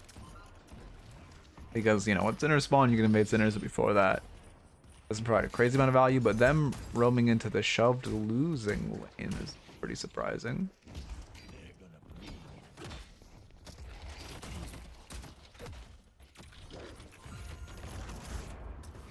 Yeah, I gotta look out you're taking this fight. I'm not paying attention to your fight, Micro, but I feel like there's a lot done wrong there. Okay. We have CDs. I mean, I guess it's really just the fact that this fight is happening. Like right here, the second, for one, we shouldn't be fighting this aggressively when Page has barrier online. But the second Page has barrier, we just run here. Instead of running this way, you run to that door and you just cart him away. Right here, I mean, we get the cart, but it's a little rough. Also, we should try to be prioritizing, like especially before Sun on cart, we should try to be prioritizing carting Page and not Shiv because of the reactive barrier.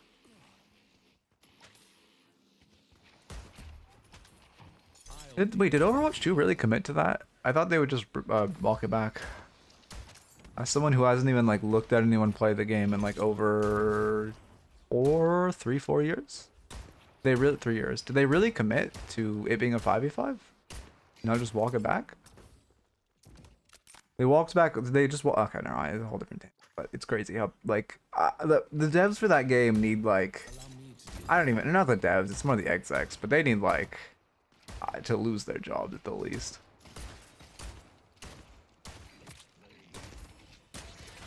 Okay. So what is their comp? I've been looking at their comp. Is reactive goods? It's not bad. Good into Haze, great into Page, okay into Infernus, okay into Viscous, okay into Talon. Not crazy. Yeah, I'm glad we're gonna get Changer's Emblem next. Fierce Shielding also goes pretty crazy. I mean, I think the biggest mistake you're making in this lane is like, this is like the 3rd or 4th time. We're just getting caught, like pushed up here. There's no wave. There's no reason to be this far up, and we just get like, I don't know, 1/3 of our HP gets taken off by this Shiv, and we don't trade it back at all. Just because of mispositioning. Also forced to burn ults. For self-peel, because I think she has Shiv at ult, we didn't want our head chopped off. Now you just got it. Haze. Oh no, she's stupid. Nice. Oh. Yeah, I mean we should just the second you also the second you ult the Shiv, you just need to back off because you know you're in his kill box with ult. So like there's nothing you can he's always going to kill you like that unless you reset. Just need to back off in the first place. It is pretty insane that your team has gotten no value out of them winning mid. Well, the Haze has like gotten 2 ganks, but whatever. You can't control that. And I hate when people don't switch with the actual buttons. It's so much worse for spectating. I really hope they add the feature that League has where you can like drag and drop people to like rearrange them. Can't siege tower right now. You shouldn't look for it. Your team's showing 3 right side. And you'd already know there's 2 on this Guardian, so you pushing up is super risky. We could so easily get collapsed on with no Guardian behind us. Okay, I'm glad you know it.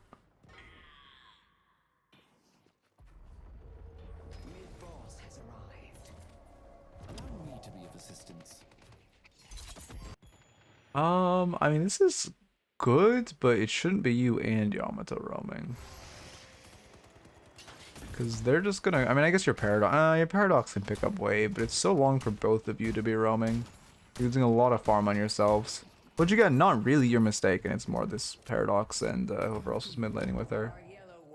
But it isn't great for both of us to be rotating over.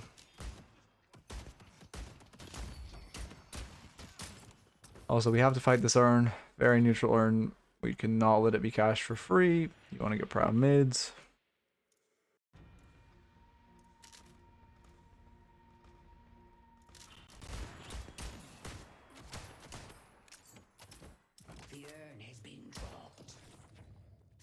We show mid, rotate over. Farming the Sinners is so ego. I wouldn't farm the Sinners. You want to hold this tower, which makes sense. You don't want to just give it. I mean, the choice to have is it? I don't know. We're griefing by putting 2 here, but it's not really, again, not really your mistake. How do I word this? Just you farming the Sinners when we know there's about to be a fight is essentially you accumulating a bag before going to a fight. You do have to stay here to hold this, which is unfortunate, but I mean, they can completely choose when they run the urn. Oh, hard shove, rotate over would be fine. Yeah, that's fine.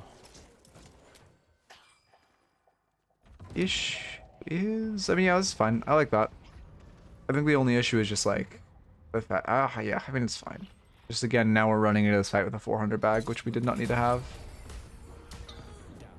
We get good kills, though. We should get earn. Erroring yourself for movement speed, that's fine. With a little tunnel vision on whoever was 1 HP. You have expansion? No, you don't. Okay.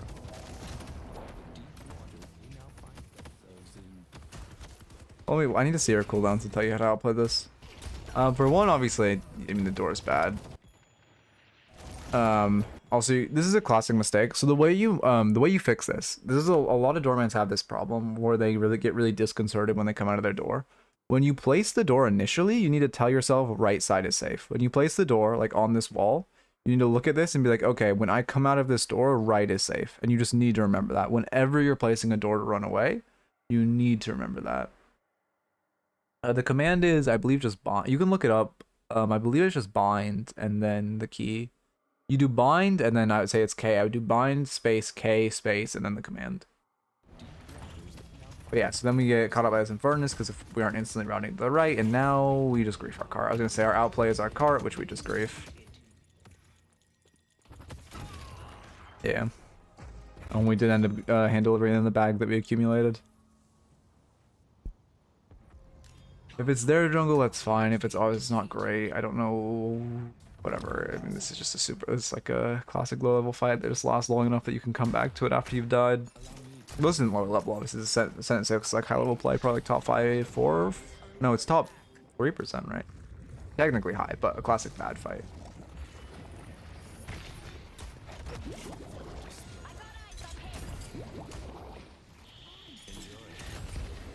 Okay.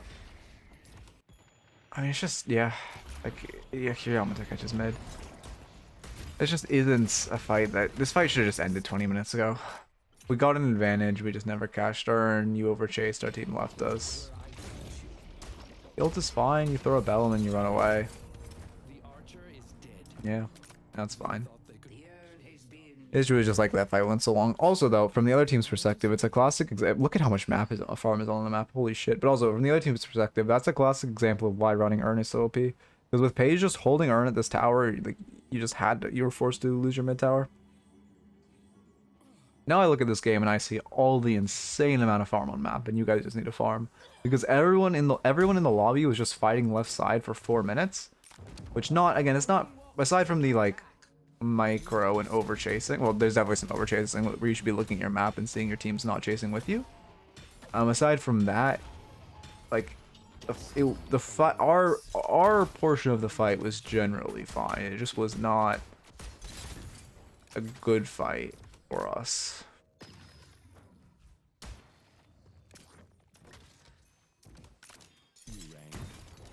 The Yamato rush trophy collector and immediately throw the entire match.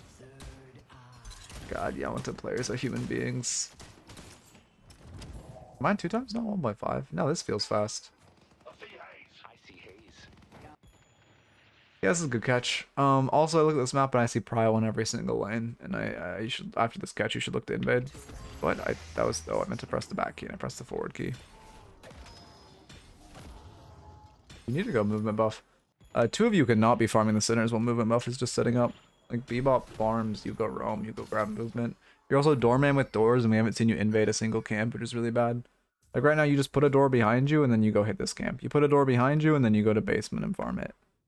Like we need to see like the fact that we had every single wave prio and we had 1 pick and we didn't do anything with it is so bad.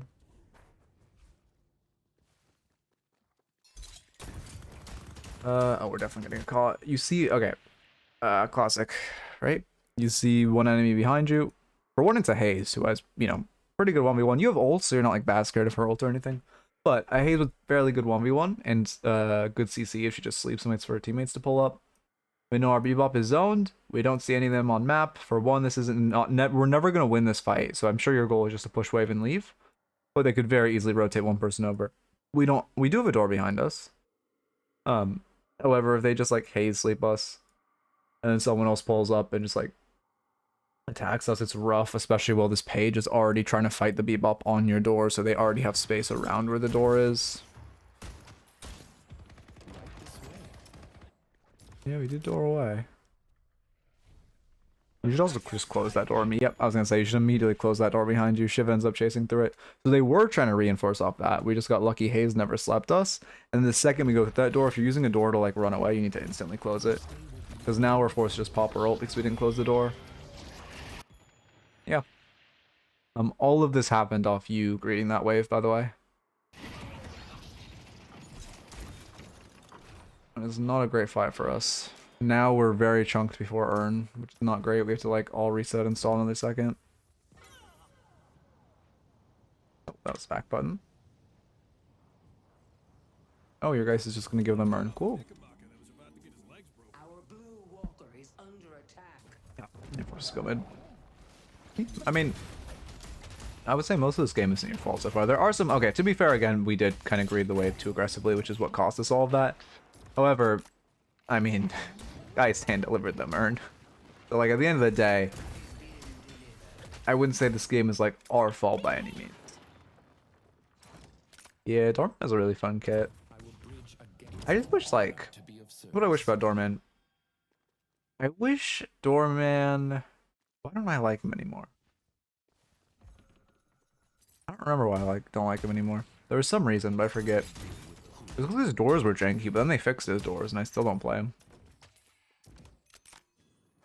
I guess he just doesn't have the carry potential I desire in a character. Like, Holiday is like a support, but she also has good carry potential.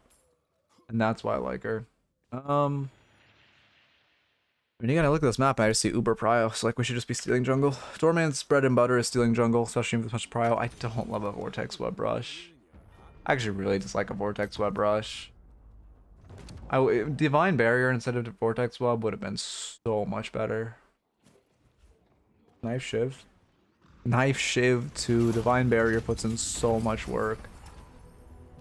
There we go. See, that's perfect. Our Paradox initiated it, but that's perfect. We used our wave. Well, okay, to be fair, it wasn't perfect, so we were behind our waves, and we did it like 10 seconds late. But the idea of that, of using your wave proud to get a pick in their jungle, is great. Off your pick character, which is Para. Like, that's great. Now, this is greedy. We have 2 dead. I mean, it's still greedy, and we should never get Walker, but... Yeah, we should just be backing off. Oh.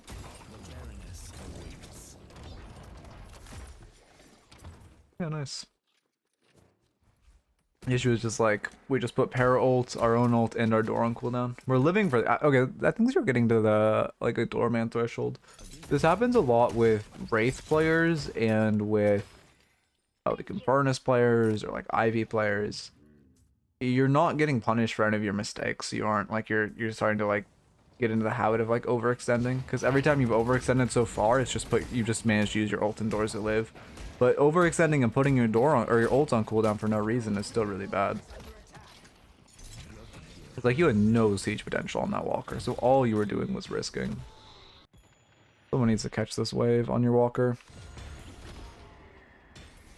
Farming the Sinners mid-fight is bad. Better for you just to go for the wave. Waves are always better than Sinners. If you're giving up on the fight, it should just be go wave, shove 2 waves with the Geist, and then farm the Sinners. You're dooring around.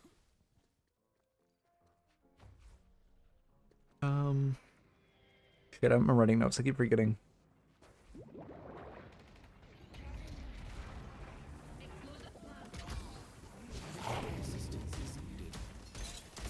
Also, like, knockdown just does what... Okay, so this is the same philosophy as why you don't buy Vortex early on page. Because for one, you aren't really going to get a team fight until mid-boss, which in solo queue I would say the average, well, at this elo, the average mid-boss is probably done in like 25 minutes. But I would say in solo queue, okay, it opens up at 18, but it, like, you're realistically, 90% of your games, you're not going to see it done until like post 22 minutes, even at this elo.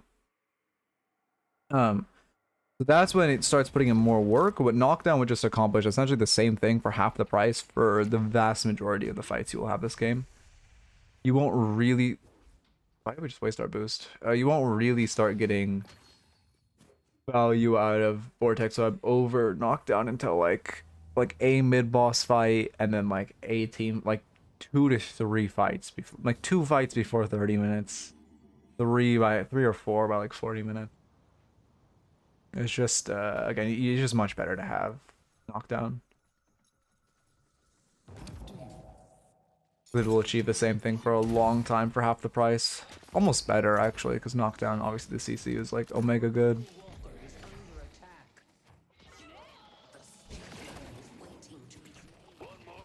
Like right now, if we could just knock down this Infernus to catch him.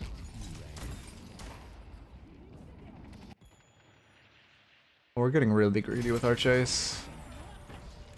Get the kill. You should just steal their sinners. Your Bebop will catch mid, so I've just pathed to the sinners while you're, actually you should path with your Yama. Oh, she's going Urn. Okay, I like Urn run. You guys should do mid at this point. We're 21 minutes up, mid boss is up. Sorry, 21 minutes in and mid boss is up. They destroyed the walker on Greenwich.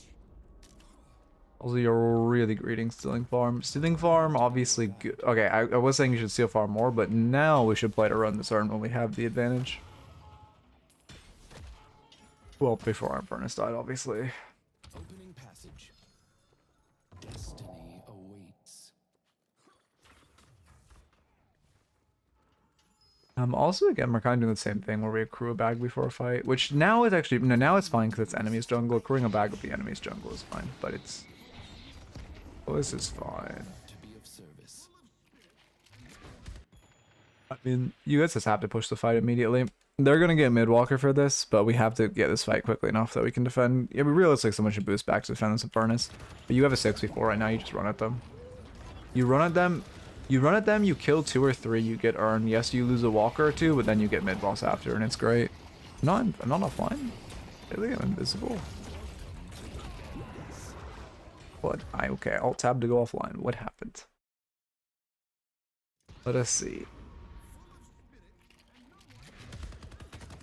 How did we lose a 6v3? This is fine. I mean, our door's a bit of a waste, but it's fine.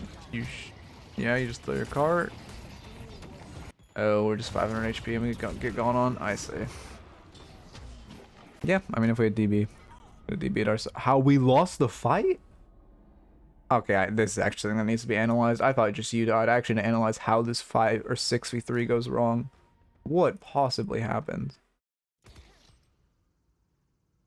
It's okay. I mean, maybe it's a 6v4. Okay, we waste our door. This is a bad door. Complete waste of our door.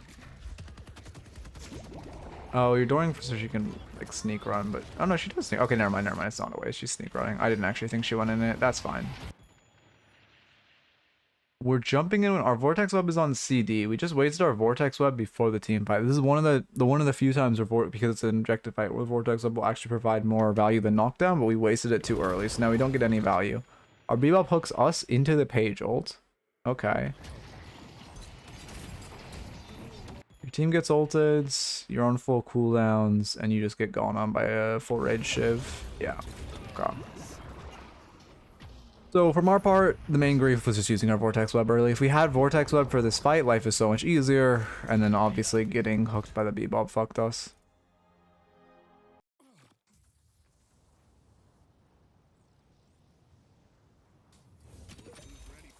There's our DP.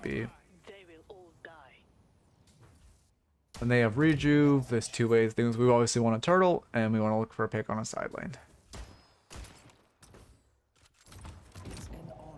Team's looking for a pick. Will you hold mid because you have doors? That's good. I'm really looking at your positioning in this game. Thank you for the follow. Chilby? Chibi. Welcome, welcome.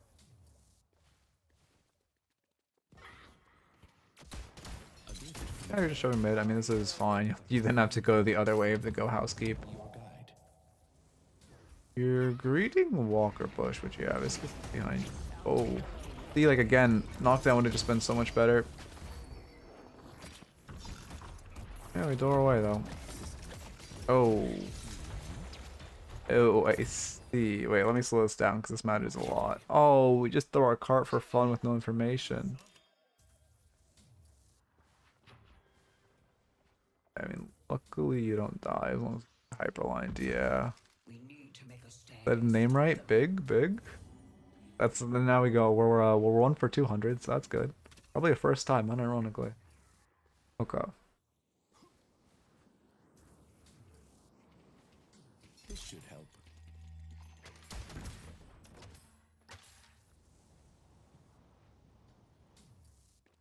I'm gonna buy it now. I'm very curious. Counter spell. Put into Shiv. Yeah, it's good this game. I like it. Very good actually. Very good buy.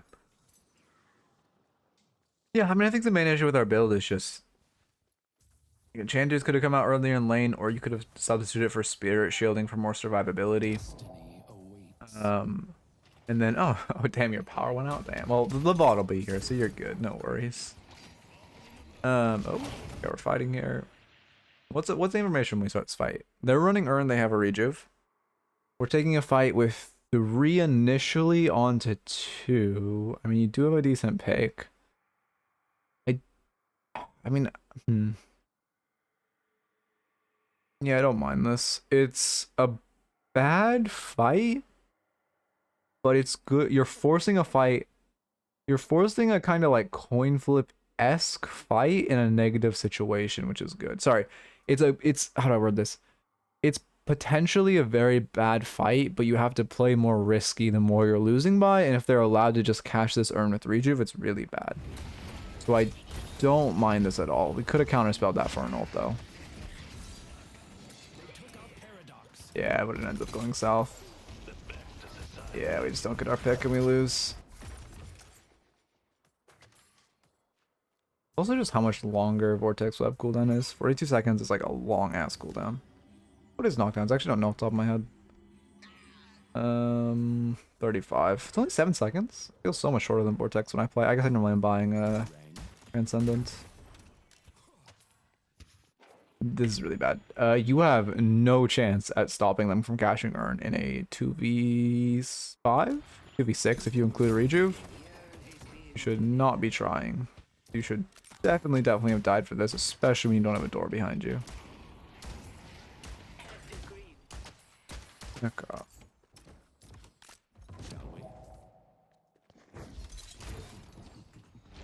See you going here. What's best case scenario of you walking up like this in a 2v5? Best case scenario is like, I guess that. Yeah, I guess it works out because they troll, but like that should have never worked for us.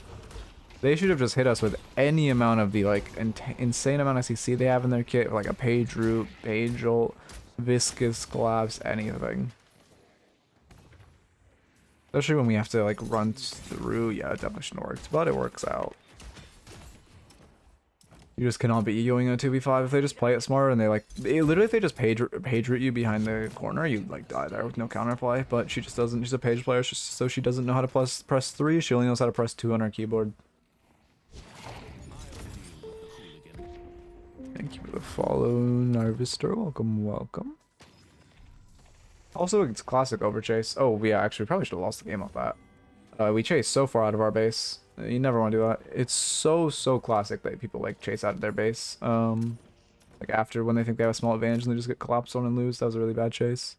Use your holiday build. It was good. Thank you. Yeah, of course. Glad people are still using it, even though, like, if you can aim, you should... Well, to be fair, if you can aim, you should do the gun pivot in my holiday build.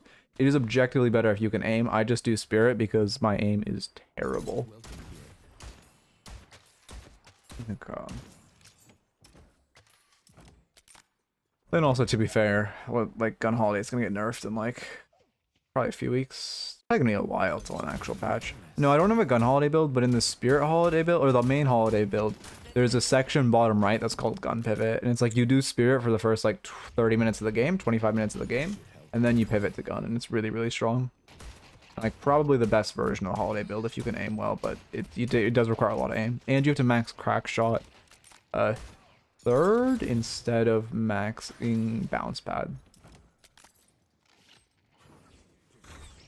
You have door behind you, but again, it's just kind of like matadoring.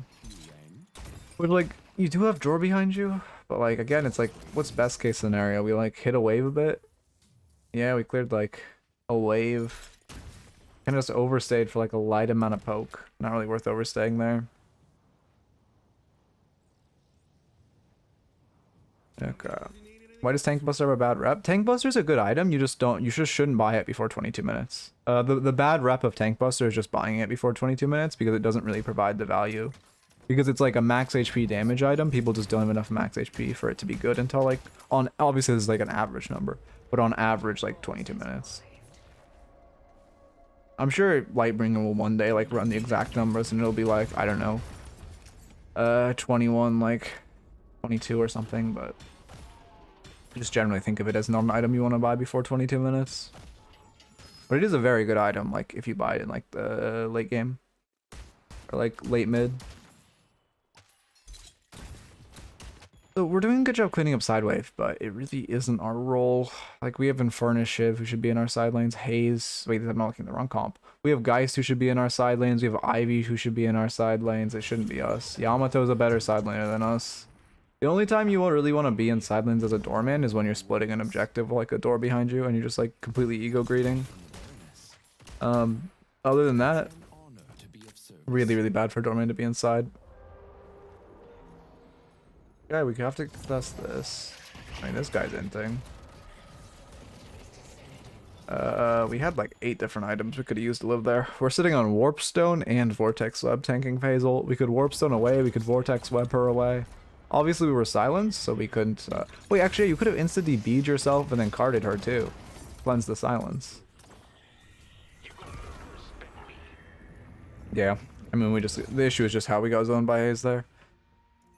You should never be getting zoned by Haze when you have like every single one of your items can like get you out of her ults. Yeah, I mean, I understand why you didn't want to use Vortex Web, so that's fine you didn't use that because it's super useful in mid pit. And I think you were kind of greeting your cart, but so in that case you could just Divine Barrier yourself, instantly alter, and then run into pit in like a web cart. But like, it's better for you to just even waste your web on her or waste your card on her just so you can live. Than die there. Also, wait, what happened to us? How did we just evaporate? Or did I click off us on accident? Okay. Oh, you're just walking about 1.5k HP? Yeah, I mean, we should just go to fountain. You're next to your fountain, you're next to a full heal. Oh, you're greeting for a cart in a fountain. I understand. I get the greed, but it's just really bad. You should just go back in your fountain there and you'll be fine. That should be game, right? Yeah, that's game. I mean, for the most part, I wouldn't say this game is really our fault until, like, I mean, that play was pretty grief. Notes are fairly simple. In lane, you just, if you have enough souls for a T2 and you're going to save for a T2 after your tier 1, just buy the, in general, if you just have enough souls for a tier 2, just buy the tier 2. And especially if you're going to buy a tier 2 after your tier 1. I wouldn't buy a Vortex Web this early. Knockdown is just so much better. Vortex Web is a good item and you can buy it in the very late game. But Knockdown is just so much better for the early. It's just... yeah, Vortex Web just isn't providing enough value for the cost when you buy it this early. Much better to just have Knockdown. And then also, I mean, there's so many more kills we could have gotten. Or like, so many more options. Could have knocked down Haze out of that ult if we had it. We should be trying to invade a little... well, in the start of the mid game, we should be trying to invade more. Use our door to steal a ton of farm. Use the fact that we, like... for, like, the vast majority of the mid game, we had full wave prio, but we were never in their jungle, which is really bad. You need to be using that advantage to take their jungle. And then... no, that's not me. That's, Baxel. He's a streamer. He's not an Infernus main though, but he's a, yeah, BAXLE_L, I think, is his Twitch. Oh my god, my throat is killing me. Yeah, we should try to invade more. Then we were a little ego with our invade. Then we were a little like ego-y with our invade of just, there's also like invading when we don't have information, or just, again, accumulating. It's fine to accumulate a bag before a fight if it's of the enemy's jungle, but accumulating a bag of your own jungle before a fight, especially around Urn where you know there's going to be a fight, is not the play. Okay.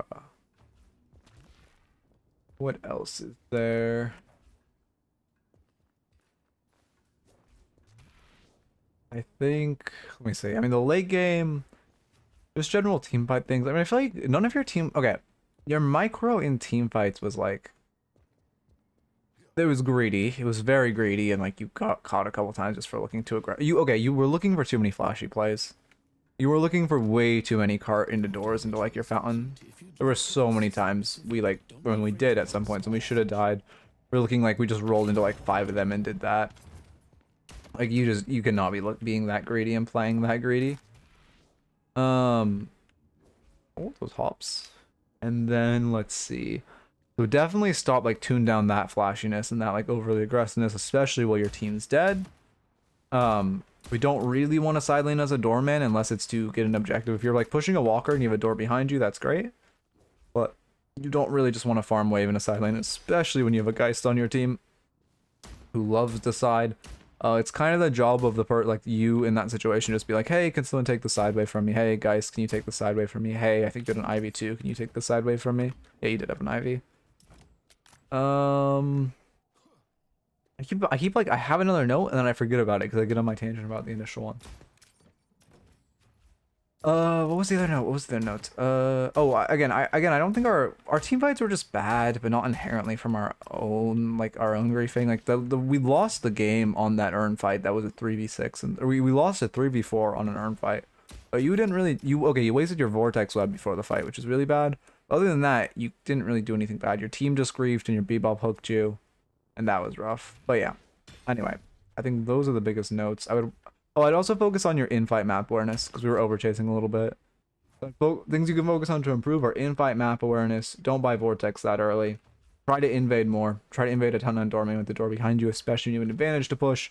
And then again, just try to tune up the buying with if you have 2k souls, just a cop bag. Oh, and if you ever catch yourself in side lane as a doorman and you're not pushing into a walker, just like ask for a teammate to take it over. Okay.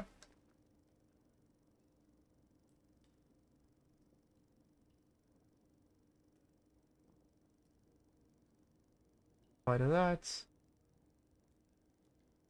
Over here. Start a new raffle. Yeah, of course. I'm happy to review you. Hey, and once you hit a Turnus, I could just say I coach you to a Turnus. Actually, have I ever not? Did I coach you before you were Ascendant? I know I've done like multiple coaching sessions with you, but have they all been while you were Ascendant?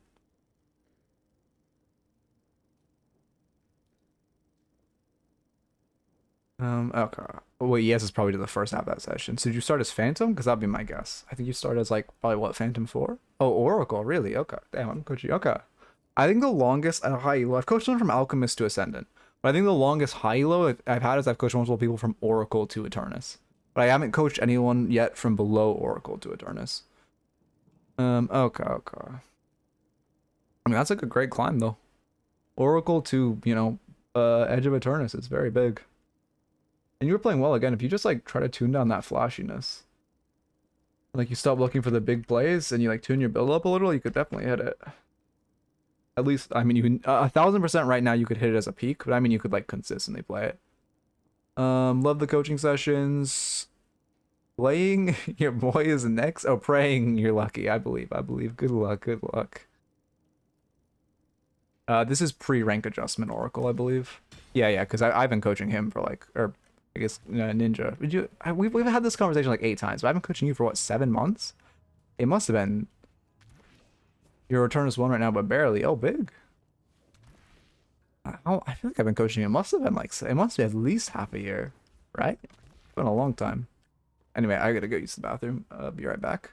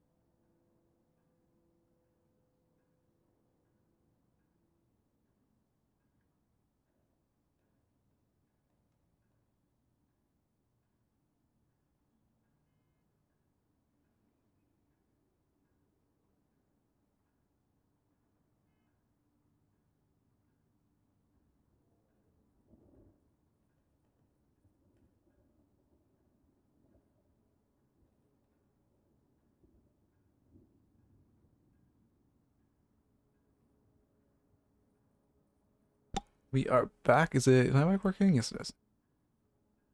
Okay, I saw a question. The highest tickets you've seen before a review? I think someone hit 27. I think that's the highest. But also people have won literally first try, like within the past couple weeks.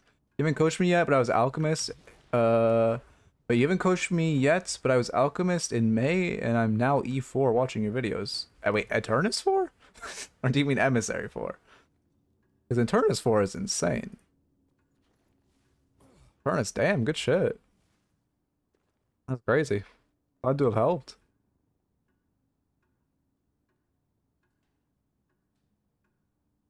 Wait, that's literally perfect because my coaching bio on Gosu is I've coached people from Alchemist to Eternus. So wait, you're actually perfect.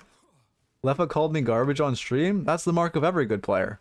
Next, you just gotta get cut from Hydronation and like, I mean, that's like a legacy. Okay. In pro teams, are roles strict or do people adjust to what role they play depending on what heroes they need are? Roles are strict. Roles are strict. There's a really big issue in NA right now where the vast majority of pro players in NA are carry players, and it's causing a really big issue because when a carry player pivots over to being a support player, anytime, like, they always think like there's really big issues of like, you don't even do this consciously, even if you're like the nicest person ever, you just subconsciously, whenever you see, because obviously a lot of people make a mistake, and whenever you see your carry make a mistake, it's like, oh, I could do that better. I could be better than that. So it's like a really big issue. Even though it's not like conscious, it just is natural. If you used to like watch your teammates make a mistake, and you like used to main that role. Okay. Oh, I learned this new ad block. That's what I'm talking about. It's called ad nauseam. Obviously, don't use it on Twitch because it's against TOS Smile. But it's called ad nauseam, and it doesn't just block ads, but it actively in the background clicks on every single one of them to fuck with advertisers. It's like you're no longer blocking ads, you're parrying them. It's actually so sick. I'm gonna set it up after stream. Again, never to use on Twitch, of course. But it's like, it actually seems so sick.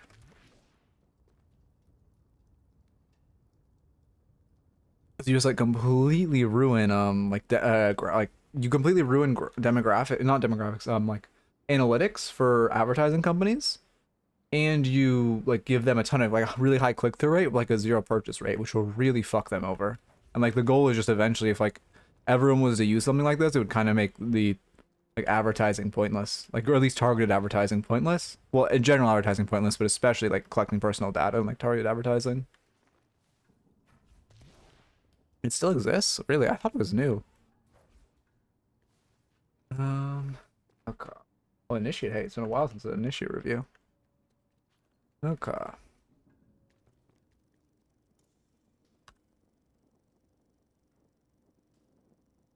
Good game for Initiate. That's a good sign.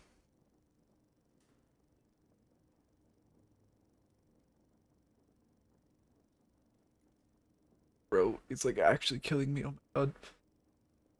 I might be because I'm playing Arc Raiders. Because I'm before off streams, I wouldn't talk. I mean, I'd hang out with my girlfriend and I'd talk to her, but it would be like, you know, kind of like, you know, hanging out. Not like stressful talking versus when you're like calming in like a competitive game, it's like much more stressful. Oh yeah, this is a real goober. He's actually Initiate. People know that about him. Okay. I feel like it's possible to coach Initiates because they just have to play the game. I mean, yeah, there's a capacity of like, if you're a certain amount of new to the game, there's just like, you know, like just like it's just generalized. You just need to like put hours in the game and like watch content on the game, like just generalized content. And like eventually I'm gonna have like game requirements and stuff, but I just keep putting it off. And I'm sure we'll say it's not like, but also from another level, it's not like this won't be helpful. You know what I mean? No matter what, I mean, you could definitely bother yourself and improve at probably a very similar rate on your own, but it's not like it isn't helpful at all, you know? I've been trying stuff on Mirage with mixed results. Mirage is, yeah, I think Mirage is really good for climbing, because I climbed on him personally. Because he's so good in solo queue, because you just perma-split. You perma-split weak side, and it's like, it's amazing. And if your team takes a bad fight that you can change, you just ult in and win. It's so nice.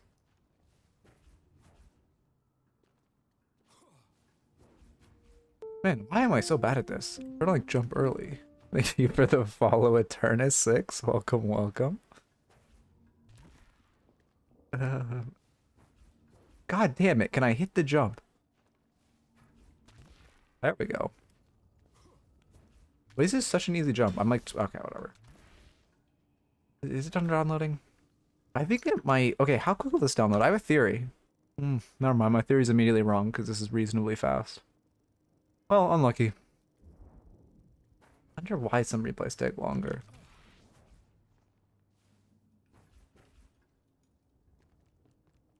I really hope they remove the masks. I like the pumpkin goblins, or not the pumpkin goblin, the pumpkin creeps and like the pumpkin boxes, but please, for the love of God, remove the masks. Like, it isn't even on his character correctly.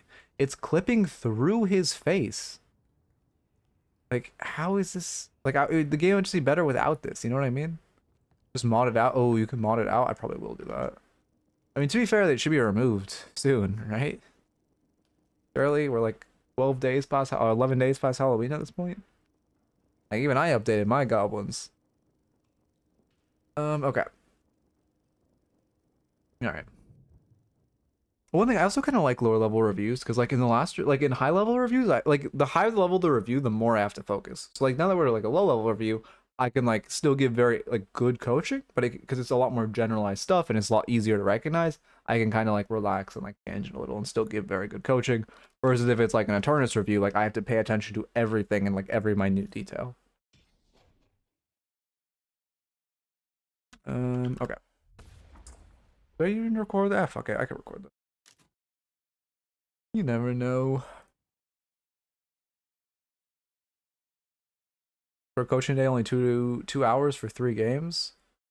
Well, we're starting the 3rd game now, so actually it's 2 hours for 2 games, which is a little long. I just started stream later than normal because the scrims. Oh my god, my throat. Stay close to me, Haze. I'll be able to heal you with my ice stone. Oh, this was the 4th? No. We're still in the thick of things. Oh, it doesn't matter. Doesn't matter. Okay. All right. Aim doesn't seem bad. Normally, I feel like okay. I'm watching you. I'm immediately noticing your aim. I mean, your aim's not like crazy, but it's not bad. So the issue is gonna be majorly macro. I think it's fine. Yeah, it's fine. One thing is with Haze is like right there when you have so many stacks of fixation on Victor. Could deny. I would look for continuing the stacks. Like after you reload, you could wide swing and try to look for him. Worst case, you just hit the minion, but if you catch him out while he already has like 20-30 stacks of fixation on him, you're just gonna like absolutely keep melting with your gun. Really, really good to try to raise fixation stacks as much as humanly possible. Oh, my initiate logo is too big. Can I move it to the side? I can. Perfect. You guys even notice the rank logo in the top corner anymore? Like, is it so small now that it doesn't even matter? Yeah, it's initiate. Honestly, it's looking fairly like more competent than like the average. To be fair, like anything from initiate to seeker, like is like those 2 ranks are like really, really like messy right now. I suppose is the best way to put it, because it's just very. Okay, you're clicking. Well, actually, you didn't click. No, you. Oh, wow, actually, goated. You paused to look at your keyboard, but I can tell you watched my content because you used tab or alt and then clicked it. That's actually huge. I love seeing that. That's like right on the steps to greatness.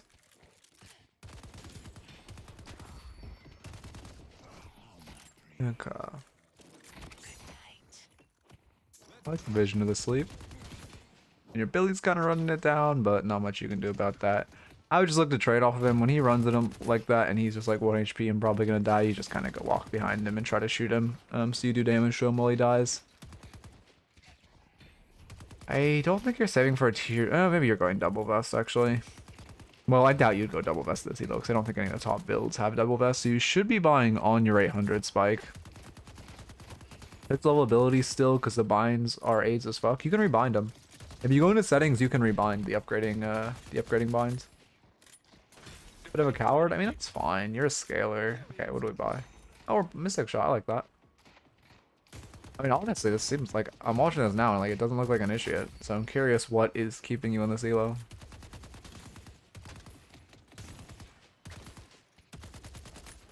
Yeah, I mean, Haze is definitely like a traumatizing character to play. For sure. Lightbringer build. Okay, that makes sense. That makes sense. That's perfect. I mean, you're using a good build. You're using what am I looking for? Using a good build, using I remember, I lost my train of thought. As far as your movement, I mean, we kind of just wasted stamina. I'll lock more into movement if it's more of an egregious issue. Your movement could use some work, but again, it's not. I'm trying to look at what's keeping you in this elo specifically. Because, like, your movement could use some work, but, like, that's, like, Alchemist level movement. You're sliding after you dash, which is higher than Seeker. Well, higher than Initiate at the very least. Very min-max, but you can just roll through those pumpkins there. Roll sliding is slightly more efficient, but I love invading boxes. You are confirming orbs, which is a little rough. We definitely should be shooting the orbs.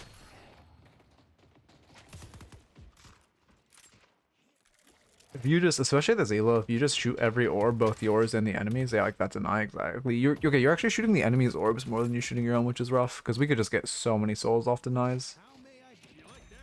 Spirit, yeah, makes sense. One thing to note, I'll mention this because you're like probably newer to the game. One reason you buy extra Spirit on Haze is she has ammo scaling with Spirit, so you just get like plus 16 ammo for one Spirit or for one Spirit item. So it's like better than Extended Mag, which is huge. Initiate player already has better box farm than me. Yeah, low key. This is great. We're keeping our fixation stacks. We should keep pushing the advantage. You should be shooting Victor here.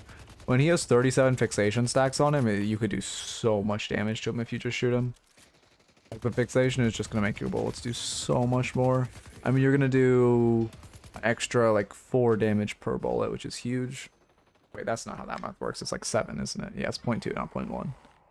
We're going for bridge buff timers too, which is insane. I mean, this looks really good. I don't know how this is an initiate game so far.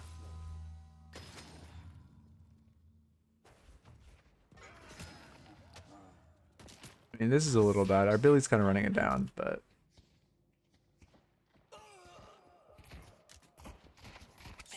Got 2 plays. I wouldn't go for that pick. It's a good pick, but when your laner is dead, you shouldn't go for it. He could very, very easily have had the Victor near him and just like gotten you roll, or you would have died. Like, maybe not die. Well, if he's at a higher level, you could move well enough, you'd die for it, but could trade you back at the very least. Yeah, I don't buy mags for Haze. Notice no one else in my games gets bridge buffs. Oh yeah, bridge buffs. Like if you're just getting bridge buffs, especially if you're doing it like on timer, like that's just like free love. Because now you have casting buff, which is huge. I mean, we're just feeling so strong. We're hitting really hard. Everything's doing a lot of damage. Our fixation burst is high. A good sleep. One thing about that sleep is you kind of rushed your shots, especially with Mystic Shot. You don't need to rush the shots. If you want, you can sleep and then melee. That's really good in lane. Sleeping and then heavy meleeing them because you just guarantee a melee if your team doesn't wake them up. If your teammate doesn't wake them up. But if you don't even want to do that, you should just like shoot their head. You should just take a second, line up your shot on the head and just like one-shot him. Yeah, I mean that's the power of casting buff. It's plus. Can I not read stats? I can't read stats. What? It's plus 16 spirit power. I want to say. No, that's not right. It's lower than that, but it gives CDR. I forget. Yeah, good pick. No mercy. This looks fine. I assume the issue is macro because your micro is fine. Micro's fine, build's fine. Like I assume we'll find the issue in post lane. You can do if you find yourself getting meleeed a lot, you can do parry drills, which are just when you go into the sandbox and you go to the like melee bot and just parry it a ton. This was a game where I felt like not too many mistakes. Sometimes I just fuck up a ton. I see. I mean, yeah, it also could be like a faster famine thing, where you don't want to play from behind. When Drifter has his mark on us, we shouldn't shop because he could TP to us and kill us while we're not in shop radius. You do have boost. You should boost with doing this 4 reset. If you're gonna 4 reset like this, you should boost. Yeah, we do boost, but just after we type, which isn't great. You can look away from it. I mean, it's fine to, you can, I just don't look at the parry bot and I parry off audio. That's like the best way to do that drill after you're like consistently can do it while looking at him. Oh, that's crazy. That probably shouldn't have killed. Ult's a waste there. You should just shoot off his healing right and then like, you know, get a little damage, let him run. This is a good fight. We should kill the Victor. It's so funny to me that no, this is no, obviously no flame to Billy. It's just so funny he thought that the name of your character was Blaze. Like that, I don't know. Something about that makes me happy.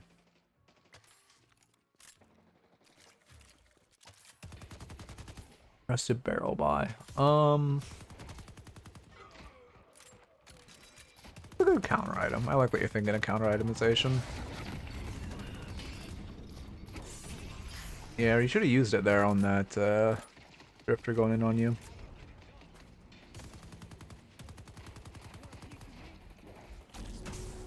Yeah.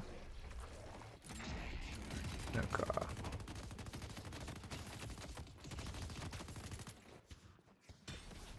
I'm gonna go on a tangent now. Like I said, we're playing fine, so I'm gonna go on a tangent.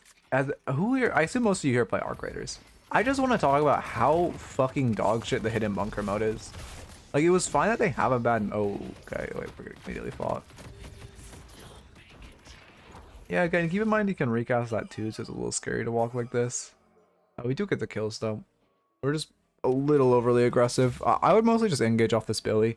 Billy's your front line right now, so like, you should just play off the bat, like off of him. He's kind of running at him for fun.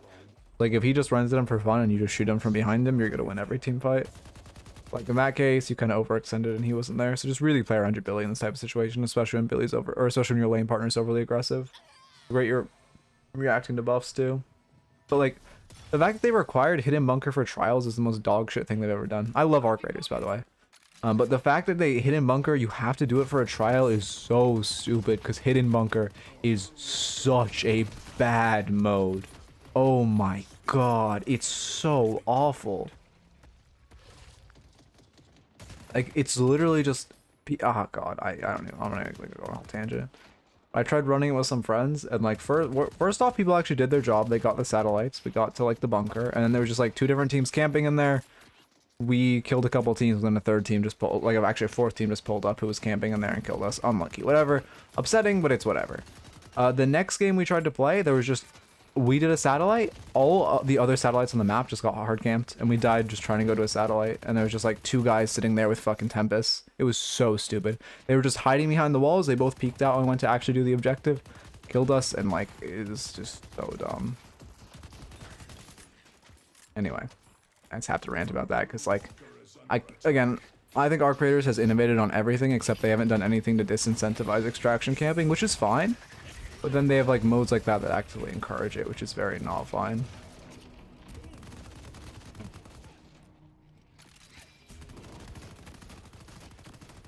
Yeah, I mean, you could roll in and parry tower, so you're taking less damage from tower. You're taking a lot of damage from drifter too, which again, I like the rest. I mean, I don't mind the rusted barrel buy, but we need to be using on drifter. Like right there when he goes in on us, if we just rusted barrel him, life's easy.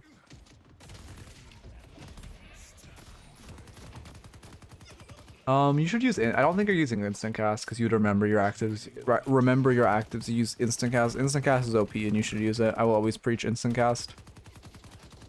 I should make a video called like the most OP setting in Deadlock or something. You think I could stretch out talking about why instant cast is good for 8 minutes? Yeah, it's in settings. There's confirm cast, quick cast, and instant cast. By default, it's confirm cast, which is when you press the button and then you have to like left click. Instant cast is like this. This is the confirm cast screen. Instant cast is it will put an icon under them when it's up, and you just press it on them and it instantly casts on them. Can you go over each character's usage? That's true. That could actually. I mean, I know Piggy did a whole video on like I think it was called like competitively viable settings or something, and he just talked about like all the good settings. And I would assume he talked about instant cast, but I didn't end up watching it because I watch most Piggy videos, but you know I don't. Setting 1 is not. I've probably spent 20, not 20. I've probably spent like at least 2, 3, 4 hours in this game alone just in the settings menus. Like I'm pretty comfortable with my settings. Settings overflow would be cool. I'll watch the Piggy video, I think, and if I think there's something he missed, I'll make the video. But if it seems like he kind of covered it all, I probably won't make a double up video. Yeah, BRS is OP as shit.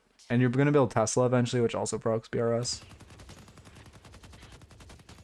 His in-game config suggestions in that video seem to be broken, so I tried implementing them a few hours ago and it didn't work. Wait, what did he suggest? He covered cast settings for sure. Wait, oh, okay, yeah. I mean, yeah, I would. I would assume. But did he gas up instant cast as much as me? Because like I'm an instant cast preacher.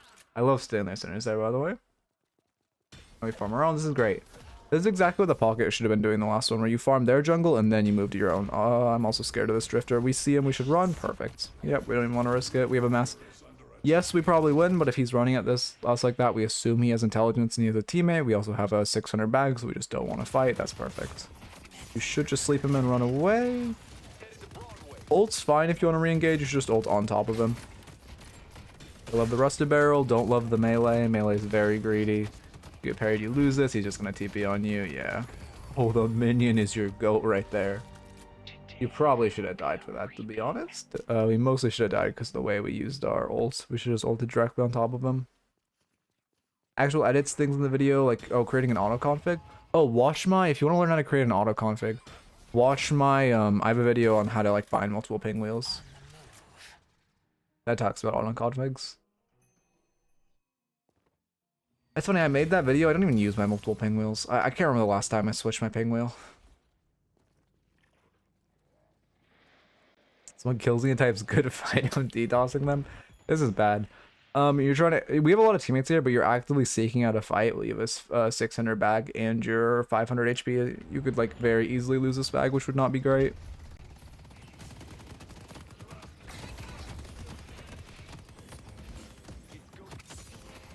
Yeah, I'm gonna start shooting you too, which is we live. Also, I see a game like this.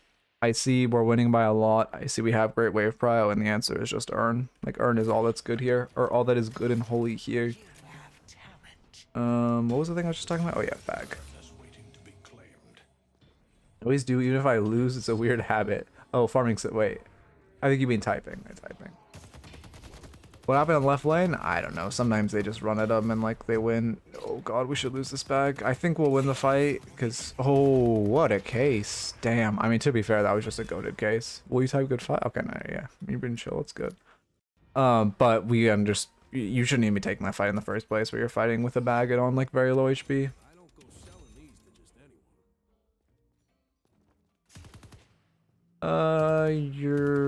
Yeah, you shouldn't full farm this. Well, wave's crashing your walker. I assume you're gonna hit like 4 more orbs, which is not worth. You should just get to this wave on walker. It's also only a tier 2. You only really stall to farm this if it's like a massive item, which T2 is not worth. Yeah, but like, yes, mic is better than like typing, but like I don't even use my mic, so like, it's like I get some people just don't want to talk, and I like fully understand that. It's all preferential. Sometimes people have stuff in their background. I mean, I literally just can't be bothered. That's why I don't use my mic. Like, I know I would win 20 times more of the games if I IGL'd, but I just can't be bothered.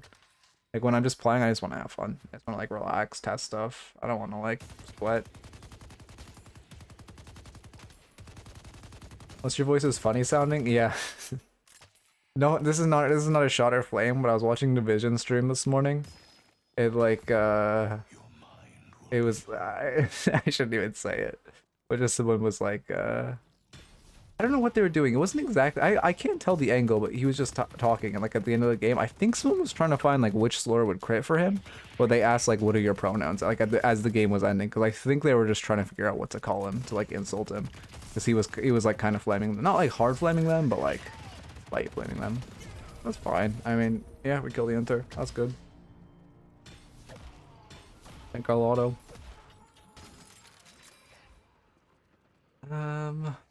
Yeah, you shouldn't. This is a classic mistake. Waves are always better than fight. You shouldn't path to this fight. You should go clean up this wave, and then you can come to this fight. This fight is pointless. So what is that wall? So it isn't really even a fight we should be taking. But like, you definitely should be cleaning up wave first. Yeah, I mean, we're gonna win this game at this point. Not even because we're like 19k, but because we have like 40 centers buffs, which is just such a massive invisible difference. I really hope someone makes a mod where you can track how many stats you have from centers buffs. Because, like, I think once people can actually see how many stats they're getting just from raw sinners, like, low-level players will prioritize them more.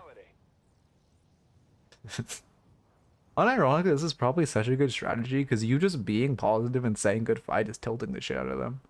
This is, like, actually a good way to, like, deal with enemies who are, easy tilters. It goes if you hover over stats in the shop section, specifically sinners ones. I know you can like see the breakdown of like, you know, you're getting 8% fire rate from golden statues, but is there like a way to see you farmed this many statues or this many buffs? Yeah, I think we're talking about like general stats, which is okay, but I just wish there was like a better way to see. Like the end game stat screen could have it or something. Like, that's what I want. There's our Tesla. I mean, at this point, also when we're winning like this, I think we had a mid window. How many do we pick? Yeah, we picked Dynamo, we picked 7. I mean, it's okay, this is pretty early and I wouldn't call this an initiate, but I mean, we have a pretty decent advantage. We could definitely have done mid here. Running Gun Holiday and initiate tryhard. I mean, it's not. I mean, it's Gun Holiday, but I wouldn't even call it a tryhard build. It's not really. I mean, it's okay. I don't know, I'm not a fan of Burst Fire. I just like, there's so many fire rate options in this game. I really don't think Burst Fire is the play. Like, I would just so much rather have K-Dash on Holiday. Yeah, you can't solo mid. You have to call your teammates over. Right now, it's, I mean, well, actually, we're down now that B-Ops died, but even when it's neutral, we just shouldn't be trying to take a fight on their walker. I don't know what our teammates are doing on left side, but when we're in a dominant position like this, and we aren't winning by 10% or more souls, the urn isn't come back, we should just run the urn. Or you can just, I mean, you. Or you can just eat like the immense amount of jungle they have for you to steal. Brute force fighting this walker for no reason is bad. If you want your team not to do this, literally just circle the farm on the map. You don't have to say a single word, just circle the farm on the map and they will go to it. They are just like, your team, every elo, your team will be mindless drones if you circle farm on the map. And they will always go for the farm. Oh yeah, to be fair, Burst Fire is good on Viper because you need the slide distance, right? But like on every other character, I don't know. I prefer like other fire rate alternatives.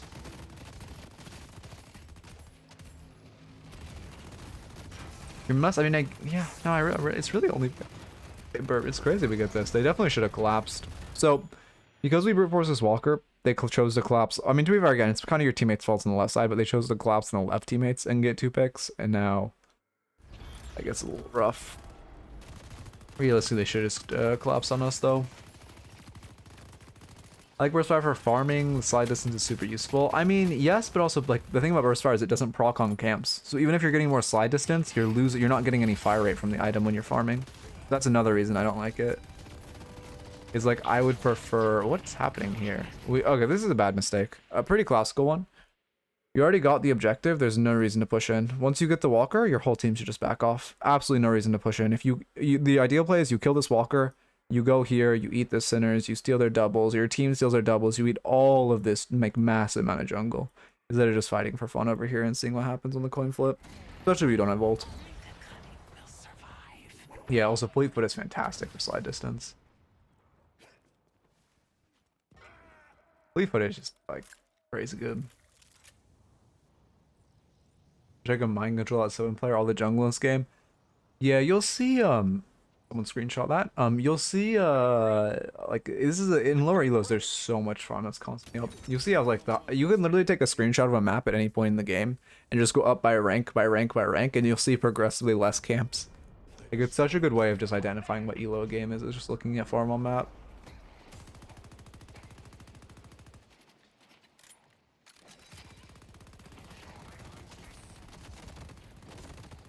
I mean, yeah, our aim's honestly good. I am surprised you're initiate though. Like, maybe it's just you have like I don't know, some kind of, oh, that's a bad ult, ulting too early. Maybe you have some kind of tilt issues or something, or like when you do bad, you really do bad. But like watching this is like at the very least secret level play. 4 picks. We should 1000% go mid boss here. Mid boss would feel great.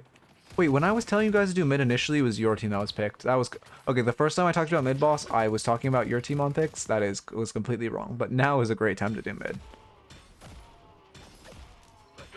Many times recently, I've learned the box route around Walker. Yeah, I respect that. He is an enter. I mean, it wouldn't hurt to just use the retreat ping here. Your teammates are just going to go die for fun. I mean, to be fair, we have an advantage, so like they're trying to push it, but stealing jungle is a better way to push the advantage. But like, this is good from you. Only thing is just like if you use the retreat ping, like life would be 20 times easier. What do y'all think is the best? Wait, what do you guys think is best to stack on Deadlock matches? Wait, what do you mean? The best thing to oh, snack on. Holy shit, my fucking oh god, dyslexia. It actually hasn't been bad recently. Surprising. That's like the first time I was like, oh yeah, I'm dyslexic. I forgot about that. Okay. Oh, also one piece of tech just that you should be doing is whenever you mantle, you should hold control and you'll mantle slide for free movement. I recommend trying that.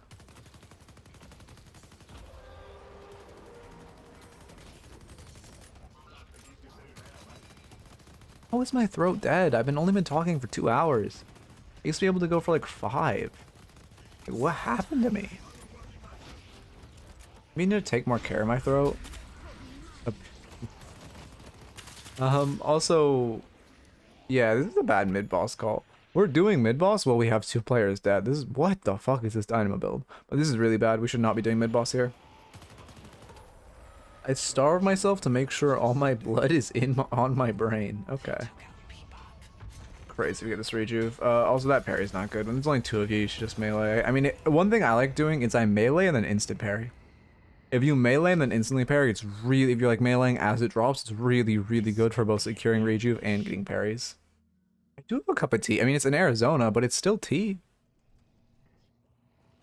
Yeah. Again, I've talked about this before, but like my dyslexia doesn't really hinder me now. It's more the fact that like when I was a kid, it really hindered my like my spelling and like English classes. I really struggled with those, and they didn't know how to teach me. So now it's just like my general like it's really spelling is the biggest thing. Like my readings goated aside from like switching words or whatever. Like my spelling is like a 9-year-old's. We should not be trying to backdoor here. You're just really if they catch you, you're just gonna die and waste a rejuve. You should not be looking for this. When your team gets rejuve, the best play is you all go by, you push waves, you run earn, you steal some farm, and then you all go run it down in their base. Our phonetics are kind of bad. The thing is, I don't even know what phonetics are. Wait, what? Yeah, what would phonetics even define to? Just like, yeah, I honestly couldn't tell you. If they don't have like the yellow clear plastic in your school, I have no idea what you mean by yellow clear plastic. So I'm guessing the answer is no. I was just in like this. I was in like, I don't even remember. They put me in like some like extra time spent reading and spelling class. That's what they did. There's just like a few kids in it, and it was like, it honestly griefed me. It essentially was just they gave me more spelling homework. That's really all it was. Was they would take me out of a class and then give me more homework, and then I would have to make up the work I missed in the class. Maybe that's why I hate school. Well, anyway, that's a whole different tangent. Okay, we're ending the game with 2 people. It's, again, I mean, it's much better to run arm with this Billy. Your Billy's making the right call. You should run arm with him, and then you can go brute force the base. You cannot be just ending with 2 people. They should collapse on you here, wipe you, get 2 rejuves, get 2 players, and like come back into this game. We're way overcommitting.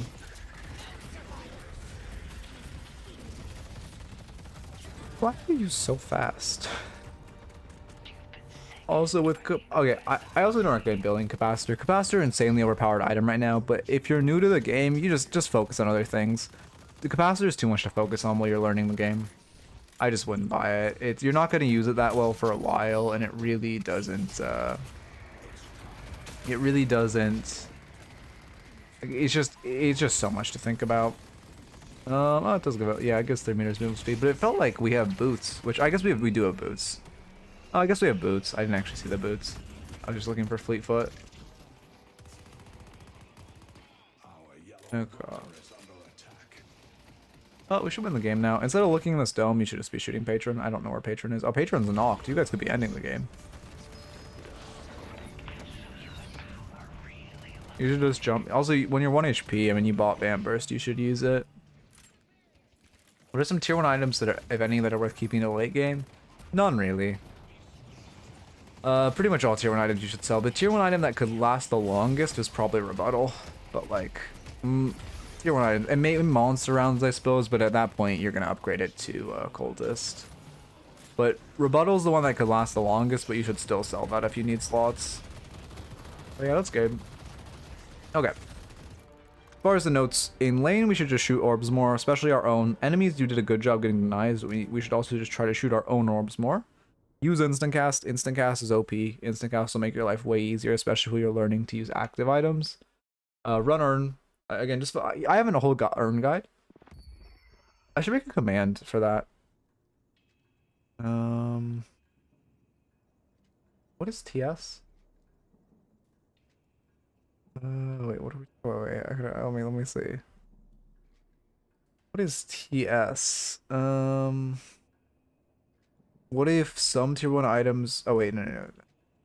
What items TS? Yes. Yes. Yes. Yes. Huh.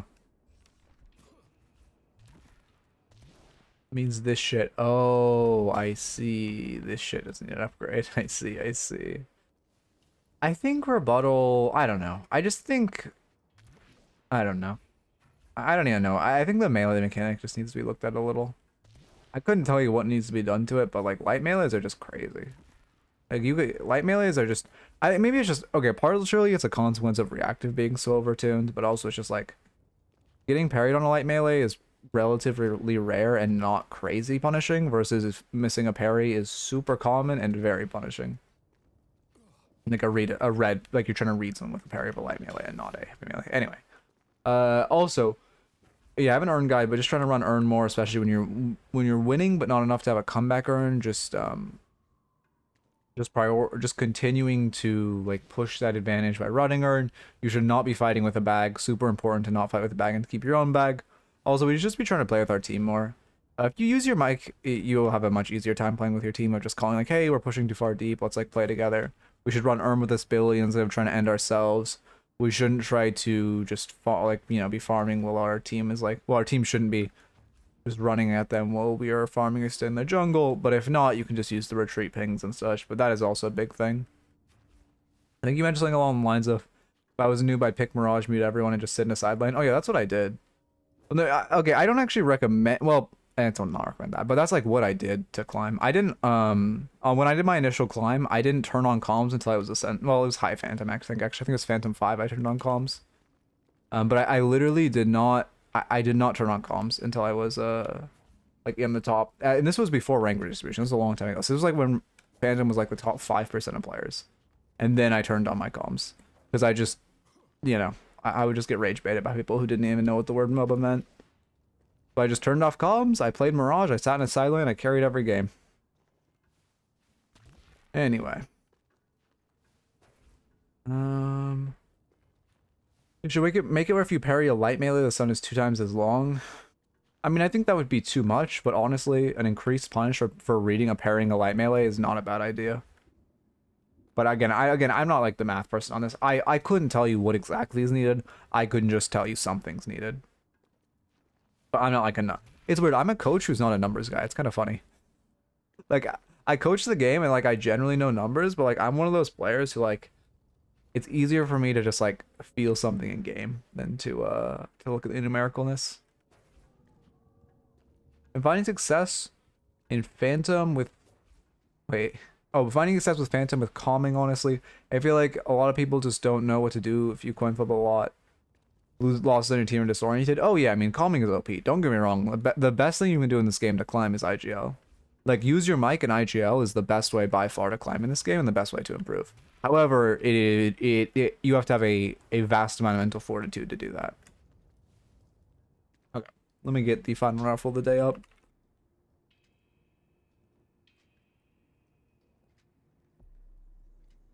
That's Gamba. Okay.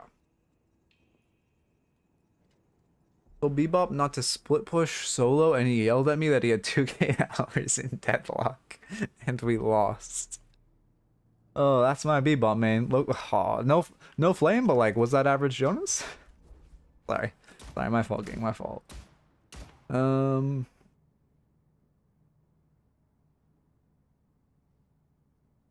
me see. What am I doing? Oh, I'm right.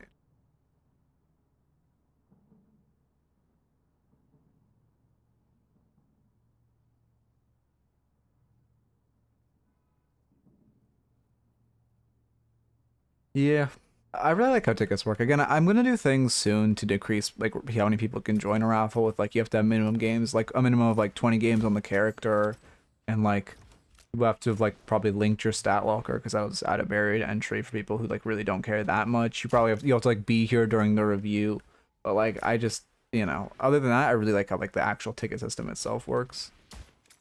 Thanks, yeah, of course. Hopefully good luck on the improvement. And if you hit a Turnus, I can say I coached someone from Initiate to Turnus, so like, chop chop. That's all I'm saying. Prefer getting flamed in voice as well, honestly. I get way less heated. I don't think I've got the best mental either. Yeah, I mean, I also, it's better to shit talk people who aren't like typing. People who are shit talking who are typing is just like, ugh, so cringe. Like, I'd rather actually be on mic and shit talk when I'm gonna shit talk someone. And again, I don't shit talk unprovoked. Don't get me wrong, but like, if they provoke, I'm not gonna hold back. I'm better than they'll ever I'm better than they will ever be. So like, I'm gonna fucking like, I'm gonna get on mic. I'm gonna put the fucking cat on the mic if I have to.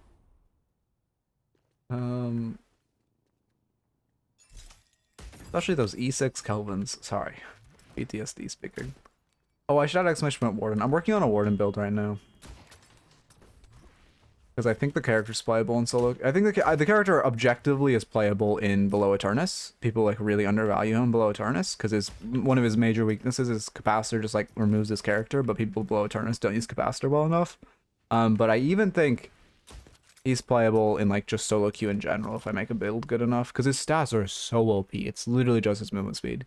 Like he's exclusively held back by his movement speed. I feel like it's way more casual too. I've had arguments in columns and 10 minutes later it's evolved from genuine shit talk to teasing. Yeah, exactly. You also you naturally like talking to someone. Like people just naturally like when they are actually talking to someone versus typing, like they just naturally I don't quite know the word for it, but like it's less like you just naturally talking to someone want to like get along. I suppose is the way to put it. Is there any unplayable characters below Eternus? I wouldn't say unplayable, but Doorman gets better the higher level you are. Like I don't really want to play Doorman in Initiate, but if I'm Eternus, like I'd love to, you know what I mean? Like so it's kind of like I wouldn't say he's ever unplayable below Eternus though. He's not like a 0 or anything. Game with jail for a week? Yeah, they put the bars on you. Is there a way to make it so you can only submit raffles during stream? I don't think so, but I think what I'm gonna do is just I'm gonna make when my coder's available again, which should be in early December. He said I'm gonna have it make like when you enter the raffle, it's like a pop up saying like if you win the raffle and you don't join stream, like it'll be whatever the requirements are, but one of them will be like if you join the raffle and you don't type like this is me within like 5 minutes of joining stream, I'm just gonna run a new raffle, like something like that. And then I'll also have like a /refund command because we don't have one currently, which is not great. But my coder's like, I think he's like hard CC'd with work on some big project. Oh wait, can you recommend a solo queue Mirage build? Let's see. I fight on behalf of the Jinn. Solo queue Mirage builds.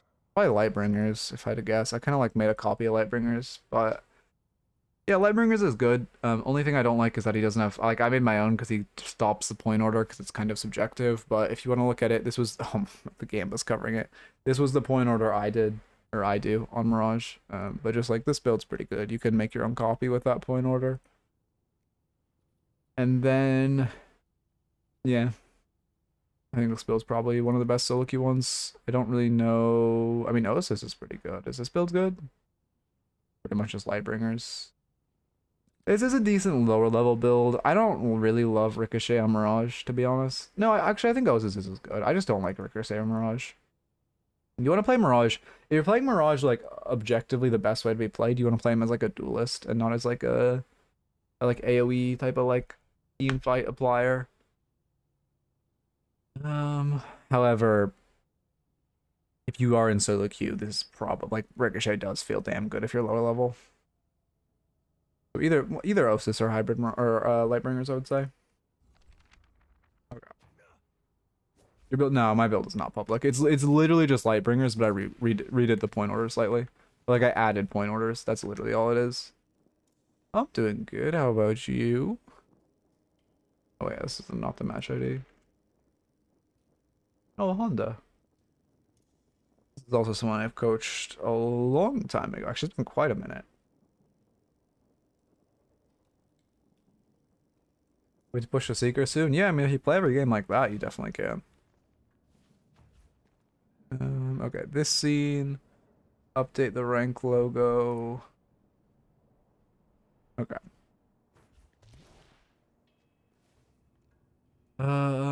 That one time I was on an outdated spirit build. Yeah, yeah. Thank you. How do I say your name? Is it Hollies? Hollies? Hollies. Thank you for the sub. It is much appreciated. Sorry, I'm inevitably butchering your name. Okay. The fuck? Bro, put me in streamer mode already.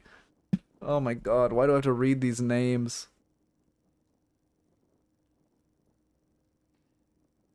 Oh my god, what the f— I'm getting out of this download screen. Now that's a fire one, don't get me wrong. Like Mr. Potato Head.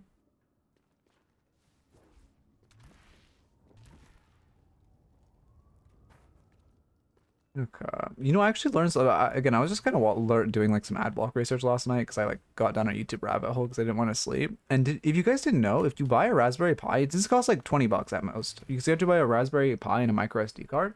You can set up an ad block like at your router, so you can just like watch Disney Plus or something that has ads like on TV, and you'll have ad block, or you can have it for like your phone on YouTube. I'm thinking about doing that.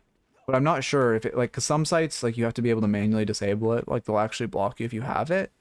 Like, okay, wait, have you done that, Vinny? Because if a site normally when you have ad block is like, hey, please disable ad block, we won't let you use this site, does that still happen? Because I'm not the only one who lives in my house, and I would grief the people who are not very technology literate if I did that. But it would be so nice for just being able to watch YouTube on my phone and not having ads. I have mine spoof it to think I have ads. Oh, really? Okay, I'll look into that then, because that'd be so nice. I just never having to worry about ads again. Like, that's crazy. That actually seems so nice. For YouTube mobile, I just— oh no, yeah, don't get me wrong, I have a way to dodge ads with the YouTube mobile. As a little bit of tech, sure, I'll give this tech. You are only getting this tech from me once because I don't like sharing this tech because it's really, really underground. And if YouTube ever finds out, they're gonna like instant patch it. So like I'm actually saying this once and never again. But if you use browser YouTube, you can just refresh the page. That's it. If you refresh the page a couple times, the ad will go away. And if you full screen the video, you won't get mid rolls. If you don't full screen the video, you get mid rolls. But if you have the video full screen, you completely dodge mid rolls. It's actually like wait, what is there like a video on it, Vinny, or is there like could I just like look it up and figure it out on my own? Yeah, that track was crazy, but it's existed for like since I was like a freshman in high school. I've been abusing that shit for like ages. Okay, just look it up. Okay, perfect. Because yeah, I definitely will look into that. That seems like a really fun— for one, it just seems like a fun project, and for two, it seems really beneficial to like me and everyone in my household.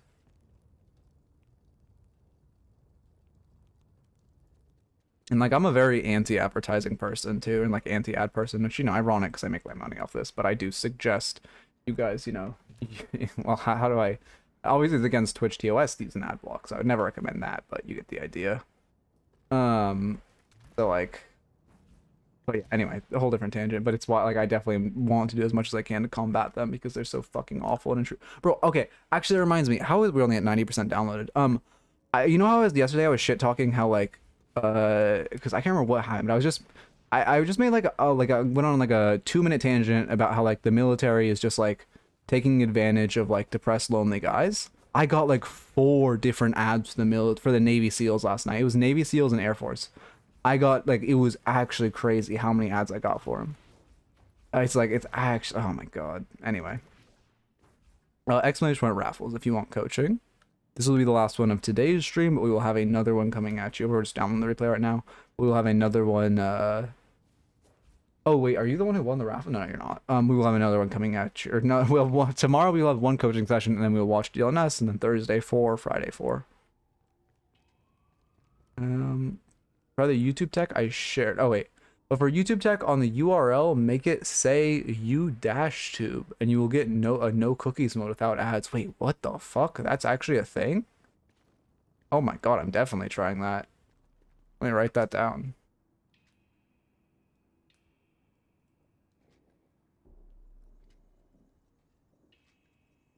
Sorry if that cracking my neck picked up. But my neck is super tense. Just did it? Wait, holy shit. I'm at that. Oh, that's so abusable. Wait, thank you so much for sharing that. That's actually like the best tech I've ever heard. You can do that to paid journals that'll think it's a plain text thing. Holy shit. That's goated. Why did I thought okay, I thought those books were goblins. Alright, are we done downloading yet? Come on. Oh, we actually are. I did not expect that. Okay. Now I gotta actually lock in. Start recording. Logo. Let me get this. Oracle. Haze. Perfect. Also, I feel like the bots did it good right now. What do you guys think of the like Ghost of Academy bot? I feel like I have it like once every 30 minutes. I feel like it's good. Like people see it, but it's not that intrusive and it's pretty rare. I was kind of wanting it to like a widget on screen, but a 50-minute game. Uh-oh, there's gonna be some mistakes then. I was kind of wanting a widget on screen, but I was never. Oh my god, yes, it's a long game. But I don't know. They were like honestly they were the ones who suggested to have a less intrusive way, and I'm like, all right, probably is better to have it less intrusive. But I kind of just like I don't know, widget on screen. Well, anyway, perfect. I think the enemy team was stalling too hard and both sides ended up kind of being reluctant. I see. Well, I mean, yeah, we'll see what happens. They got rejuve near the end and waited a whole minute to push or something. I mean, that's fine. Waiting like multiple minutes to like do your farm and stuff is how you should play and like getting wave prio. You don't have to use rejuve until it's like 2 minutes 30. Until 2 minutes, like you only have like a minute 30 left of it. You've used 2 minutes 30 of it. Gonna have to run away soon and buy a pizza. Y'all have a good day. You too. Thanks for stopping by. If it's not a Costco pizza, we don't support. On God.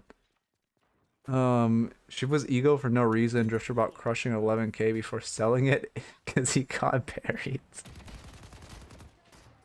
Oh my god, I can't wait to see this. Habit around start is good. Okay, let me focus. I was so sad actually. Okay, I'm gonna go on another tangent. Sorry, I'm in like tangent mode. Bro, you know how like in a sitcom when someone's having a bad week, their like favorite like pizza place closes? I was having a bad week and my favorite pizza place actually closed. It was so, or it is closing. It was so sad to find that out. It's like actually one of the best places I've had in my life that is so creative. And like, they're just like, oh no, we're vaulting it. You've enjoyed this place for 2 years and it's had like genuinely some of the best pizza you've ever tasted? Unlucky. The vault it goes. Sad. Oh yeah, that was not a good angle to farm that minion. We definitely should have lost the deny there. Been wanting Costco pizza forever since I left the US. Oh yeah. Yeah, Costco pizza's good. The slices are nice. I've actually been to Costco in like a couple weeks. I like overloaded on snacks and I'm just eating backload right now. Cause I still have like so much. Anyway, I gotta focus. We're Haze Yama, so we're very like well, actually we're into Doorman Holiday, so they're stronger than us, but it's 2 strong lanes. TLDR. Seems like good energy day. I hope it was a solid stream. Yeah, honestly, it has been a really good stream. Appreciate everyone stopping by. Yeah, I don't know. I actually had a better. Why? My mental like not my mental. It's like, I don't know. Sometimes I waffle, but I've been doing good today. You should not be buying now. We're missing 2 minions for this buy, which is really, really bad. You should just finish hard shoving wave first and then go for your buy. Oh, actually, somehow we weren't out of range, but we definitely should have been. Okay. Oh, low-key, you could Kobe asleep there. Like, I Sweaty Haze would Kobe asleep, and then you could, like, low-key finish her off if you get your plus 120 damage, guaranteed headshot. You definitely should have tried to Kobe asleep when you came to that shop angle. It's very hard for her to dodge one. And if you hit it, she just dies. Kobe! Oh, come on, throw your sleep. If you hit it, she dies. Just throw it. Yes, you're gonna invis, you're gonna snake, and you're gonna hit a yes, loop around. No, just lead with a sleep. Just lead with a sleep, and this is perfect. Okay, this is a little too aggressive at this point. Okay, this is way too aggressive at this point. Don't shoot him. Don't shoot him. Don't shoot him. Just hide. Yep. Yep. No, why would we shoot him? Now you're dead. We need to wait for ambushing the holiday. They could be anywhere. You know the holiday is gonna repeak when wave comes back. You could have just waited for that. You probably don't kill, but you get a ton of poke. Like she's forced to reset. Oh, cosmetic Doorman. Good kill. Well done. I think actively like speeding up replays when they lull is like good angle. Okay, well we're just oh no. Don't get meleeed and we can't die. Oh my god, your Yamato missed the power slash. Okay. They may die. That's interesting. Well, okay. A lot of micro misplays, not on macro. He almost queued with me along with Mina and Sinclair. Okay, okay. Yeah, Dynamo Lash is not not a lane you want and not the mid lane you want, but they aren't queued together. So. They're newer than me. That makes sense. That makes sense.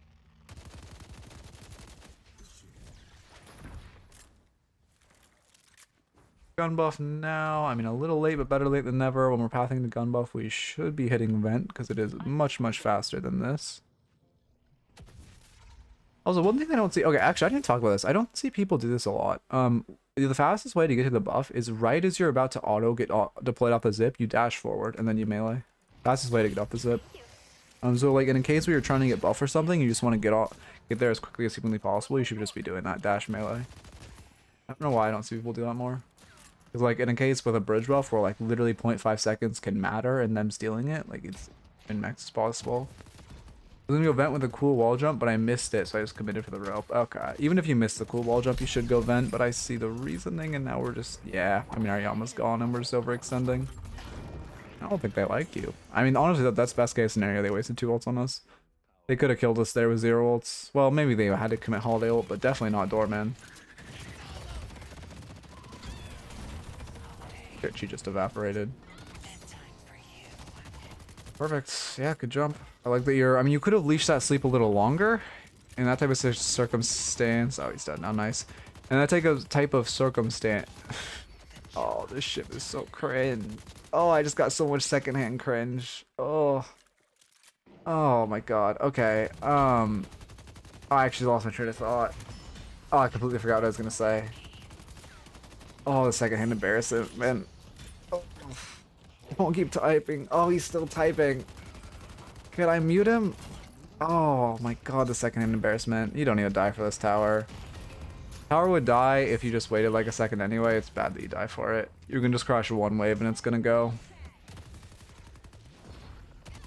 I mean, your movement's good.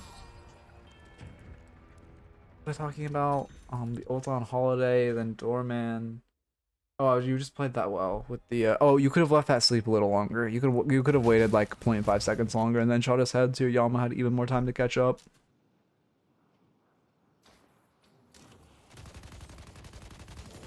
Okay. That's like the type of thing. I have to like resist the demons not to show the ship's name and like publicly air him out for saying that. But that's like, I mean, that is like. Death will come for them as they Ugh. I'll be right back. Don't be, you should just pop active reload off CD. Like the buff goes crazy. Keep in mind, you don't just get like, obviously the fire rate below lifesteal goes crazy, but the movement speed. Like, spam helping active reload is so good just for the movement speed when you're trying to get around. We have not used it once. We've had ample opportunity to pop it. Cooldown is not very long at all. Pop it now. Please, if you used it for that 1 meter movement speed to run. That's a bad ult. Pop it for the movement speed. Maybe you'll believe it. Okay, I mean, you have the vision. It's easier to wall jump if you wall jump. In Doorman ult, significantly easier to wall jump off the left side wall than the right side wall if you're going to do that. We get a reset though. You should use your boost. We definitely, actually, you know, Yamato, what happened? Oh, Yamato killed them both. Okay, I'm glad you don't boost then. The shadows embrace me. I think when I'm actually shooting people, yeah, you should just spam pop it. Like 12-second cooldown, 1 meter movement speed, BLS, all of that stuff, like it goes crazy. Okay, that's... I don't mind the dive, but if you just press parry on this tower when you're walking by it, you don't die. Always, always, always parry towers when you're diving. This is such a random question. Does anyone know if the boosted buff persists through death? Like if you boost on zip and then you die, but it's like an early enough that your respawn time is only like 7 seconds and you respawn, do you still have boost? I look, you want to test that. I doubt it does, but I'm curious. Also our build looks fine. A little bit of spirit, tons of fire rate, pretty classical Haze.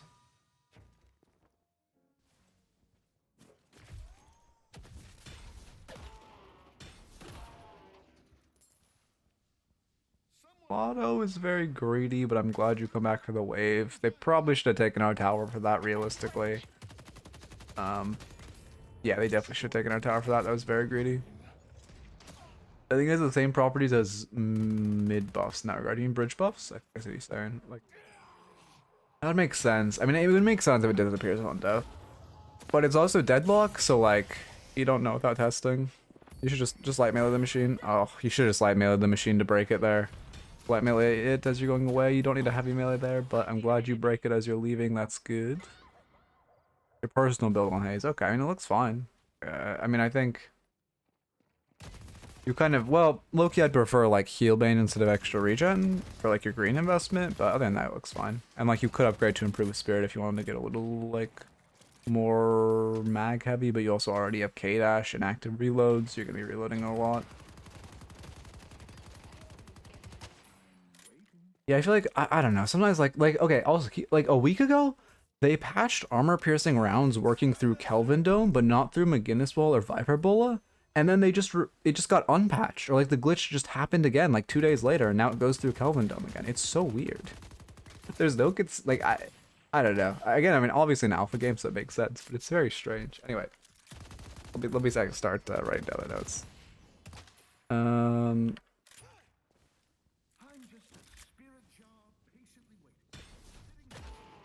And then, okay. Faster interactions with different flights and TPs. I think Vindicta Flight isn't classified as an ability, because you can't cancel it with a dedicated cancel key, and Capacitor doesn't cleanse it, and it's the only like that type of thing that Capacitor doesn't cleanse. So I think it's has to do with the same reason that you can't cancel it with a dedicated cancel key.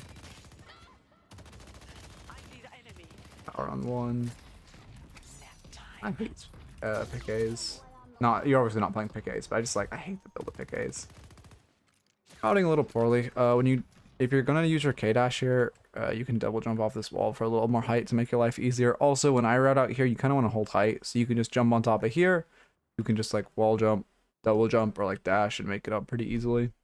Or you can do it. There's a lot of iterations of how to get up there, but TLDR is if you use a wall jump off this wall, you can very easily make it to bridge.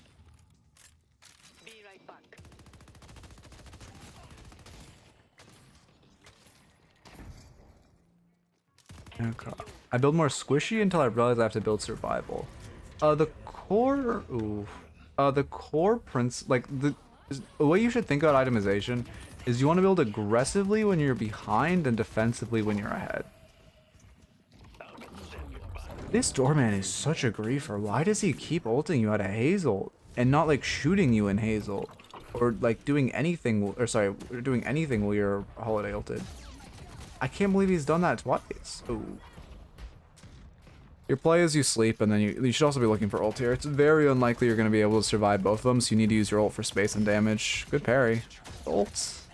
If you ulted on top of that Doorman, like, life would have been so easy. Why?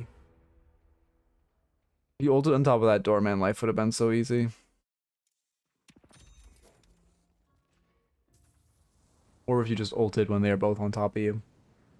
Basic creates the damage, I'll go crazy. Slowing X for Holiday, great. Billy, good. Infernus, great. Shiv, good. Drifter, okay. Okay. Yeah, I like that. Yeah, Trophy just, because who, well, oh God, it's just like, now all the people who don't understand the game now can justify trophy because who built it like twice. So they're like, oh, the pro built it in like on his loan team. The pro built it on his lone team after a 3-month stale meta where everyone's getting bored. It must be meta. That. That's really the thought process. Like, I gotta pay attention to your pathings. I feel like we're wasting a lot of time. Your Haze, by the way. Like, sitting inside is fine. Your Yama wants to take side, which is fine, and we want to look for picks. I mean, yeah, I guess it's fine, actually. You do a pretty decent pick. Feeling good, Lucy. How about yourself? Thanks for lurking. I appreciate all lurkers. I appreciate all the lurkers. It's actually, I remember hearing this Twitch statistics. It's like 70% of people refer to lurkers something crazy. It's like 90 something, I think, actually. Yeah, we just die for tower. That's fine. I mean, your movement's good. Like, I mean, there's some... I can tell you need more hours with good movement, but, like, you're trying to airstrafe and such, which is a really good sign. I live here. Oh, don't go back in. Why? You are 200 HP going towards the fight, the bad fight, the no reason mid lane fight on their walker. This is really bad. If you don't die for this, like, I don't... We could have reset this point. We could be full health at this point. We could be coming back. We could be in side lane grabbing this urn.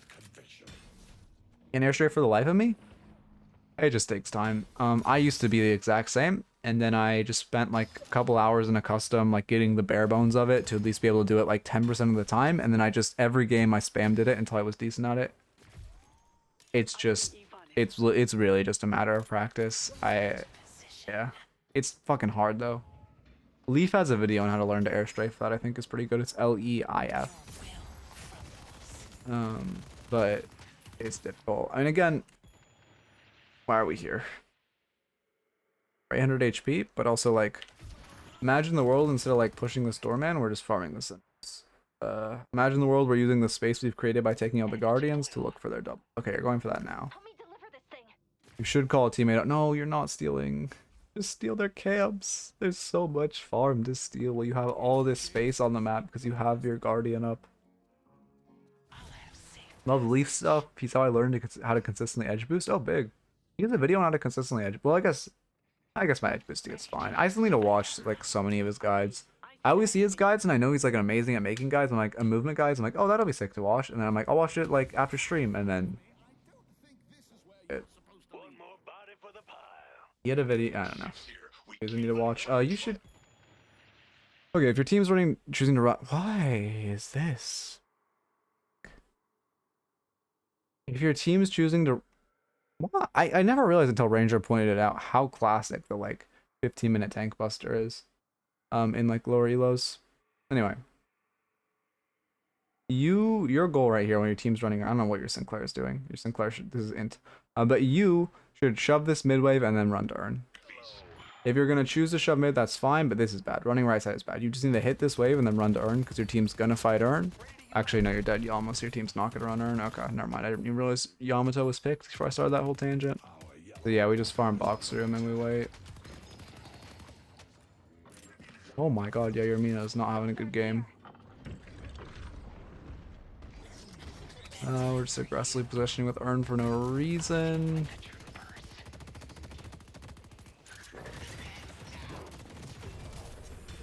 If you dedicate your... Okay, two things. One, Loki, I would just, the second he's parried, I just ult on top of him. Secondly...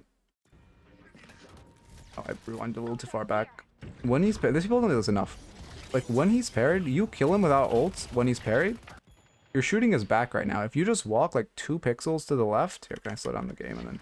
If you walk 2 pixels to the left and shoot his head, you're gonna do... I mean, you're literally gonna do double damage because of your fixation. Like, people forget all the time that while an enemy is parried, you can still shoot their head, and it does so much more damage. Especially as a Haze, who obviously stacks double fixation on headshots. So when someone's parried, try to beam them in the head, because it does so much more.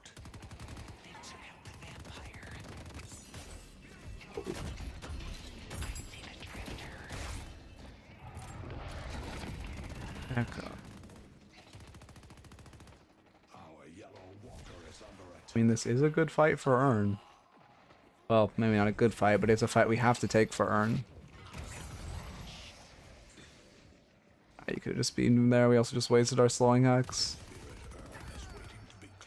You shouldn't let Urn reset. If you're choosing to just kind of lurk in this fight, you need to pick Urn back up. Like right here. Wait, let me speed up a second. Instead of like going like wasting all your stuff on this drifter, like right here, you should just go pick up Urn. If you pick up Urn, life's so much better than wasting your stuff.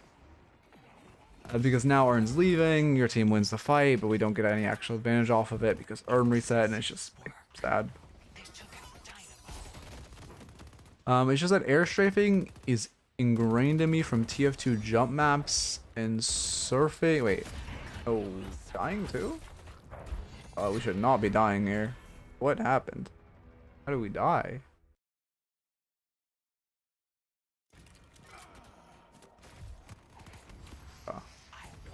Go defend our dino, this is fine. Oh, we're just walking back. Yeah, you just need to walk to safety. Both your teammates get cleared, you can just walk out right now. Instead of like trying to cut off the Billy where you're putting yourself in a terrible spot. Yeah, that's the issue. We just need you backing out. So, thank you, Sledge. Much appreciated. Welcome, or I don't have a resub thing. I guess we'll keep with welcome. It's much appreciated. Thank you for the prime. Are you wait, what was this thing for? You have 2 maps in surfing, so I've never thought about how air strafing might feel weird learning for the first time. Yeah, it's just especially in this game where like surfing, that's kind of like ingrained in it. That's actually true. A good way to learn it is just do CS:GO surfing. That's like probably the most fun way to learn air strafing. Yeah, you do have boost. I don't mind. I like boosting this walker to try to trade it for mid guardian, but you have to actually boost. Yeah, this is bad if we're gonna farm our camps. I'll have safe passage. Yeah, if we just boosted down this lane, we'd be breaking walker right now. I see the enemy. Oh, we get a pick because he's an inter. But this really shouldn't have gone this well. Active reload? Yes, you use active reload big. Okay, I mean, good kill. Why did I run like this? Yeah, yeah, I did not know. At this point, we still see 4 mid and we killed 1. We should definitely push this walker. There can only be 1 defending. We have 2 of us. Going for buff is good, but pushing walker here would have been huge. And I do like that you didn't just path to the mid fight and you went for the split, but you actually have to be trying to split. Yeah, probably want to go buy buff. It's more important to use the advantage to split walker, and then if like they pull someone off mid and you start creating pressure, you can go buy and buff. Buy and get buff. Because the buff's not going anywhere with how much pressure you have on the map. I mean, maybe your team steals it, but they aren't really gonna be able to steal it. And you can put a lot of pressure on right side. Do the dash thing? Oh yeah, actually, when you're doing the secret shot jump, you don't want to heavy melee. You want to wall jump and then double jump. If you do it correctly, it refunds the stamina when you mantle. Headed to blue. So it's much better for you to do that. I see holiday. Disappear. Yeah, if you mantle like within, I don't know what the window is, but if you mantle very quickly after you wall jump, or sorry, not you wall jump, after you use a jump, it refunds the stamina, which is great for shop jump. The job's done. And it's also just faster. An excellent choice. Our blue walker is under attack. It's just a mental sliding. Mental sliding so OP and it's so much free movement. I do like catching this ability. We throw a sleep in him. We wait for our teammates to show up. Shoot his head. Okay, you're walking like Sinclair's backing up. I do think you should have shot his head. You're afraid of his teammates, which is fine. Like, it makes sense. No, you know, you're playing it safe. I mean, we just have such a catch.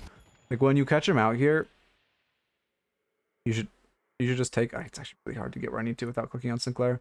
When you catch him out here, and you hit your sleep, you should just look to the right, see, oh, he has no teammates nearby. I'm going to start shooting his head instead of this eventual overchase. Which it does look like we'll get the kill. But now we're chasing into his side of the map very riskily, using our ult when we didn't really need to in the first place. I don't know about Heroic on Haze. Heroic is much more of a support item. Yeah, it's like, I mean, it gives her stats she likes, but like, you just prefer more selfish items. Like just having, I actually don't know what to buy at this point. I know our, like, these scores. I mean, Furry Trance is so overpowered and would be amazing to have. For defense, Hugo Escalating Resilience. Tesla Bullets into Capacitor would be like... Tesla Bullets would be like 10x better than Heroic Aura. I hate Furry Trance. Yeah, I understand that. Fuck that item. But it's so good on Haze. I do recommend learning it. You're good with your sleeps though. You see, meleeing the kill is really bad. But you don't see a lot, or I see a lot of mistakes where Hazes are like not letting their sleep like last. It's good you're letting it last.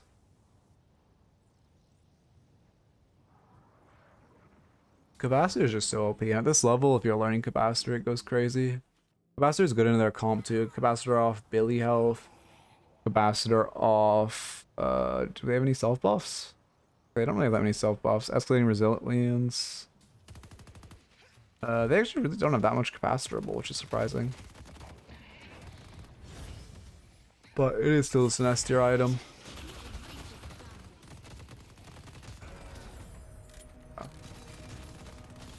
Burners is Ricochet Tesla. Interesting.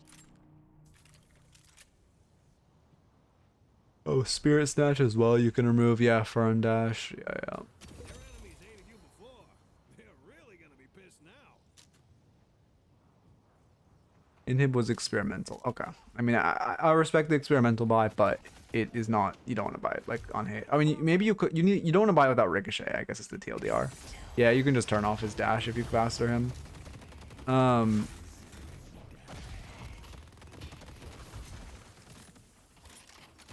What if he just?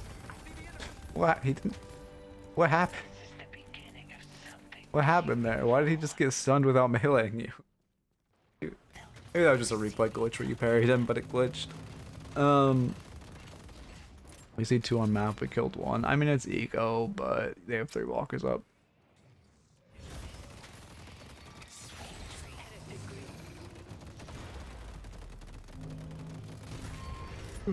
Alrighty, on.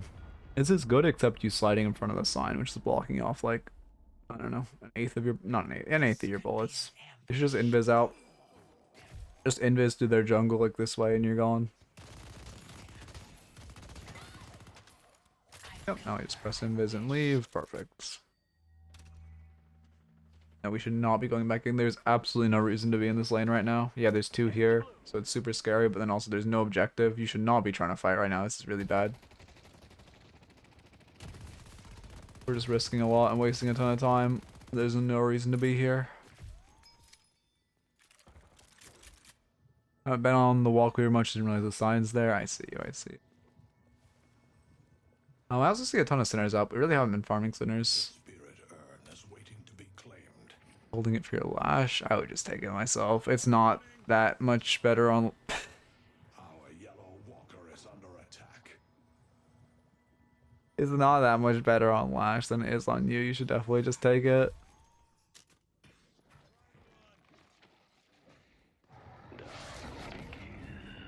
How good is Counterspell this game? Good into Drifter, great into Shiv, good into Infernus, great into Billy, good into Holiday, great into Doorman. Oh my god, this is a Counterspell game. They have like the perfect Counterspell comp. I would definitely buy Counterspell this game. They're only missing like Yamato for like the Counterspell comp. Obviously, you know, well, most of that stuff is highly counterspellable. The only like difficult thing to counterspell there is kind of Shiv ult and Drifter ult.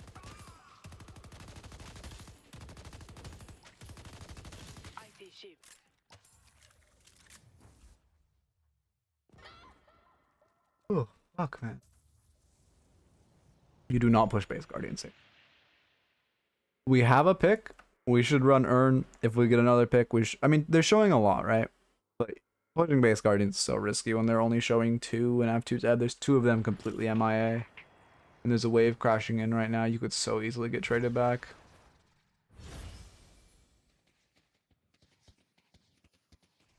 They're gonna bait the wave. Yeah, there's one in their base, so this guy's just gonna rotate over and stop you from getting base guardians. I guess he's an enter?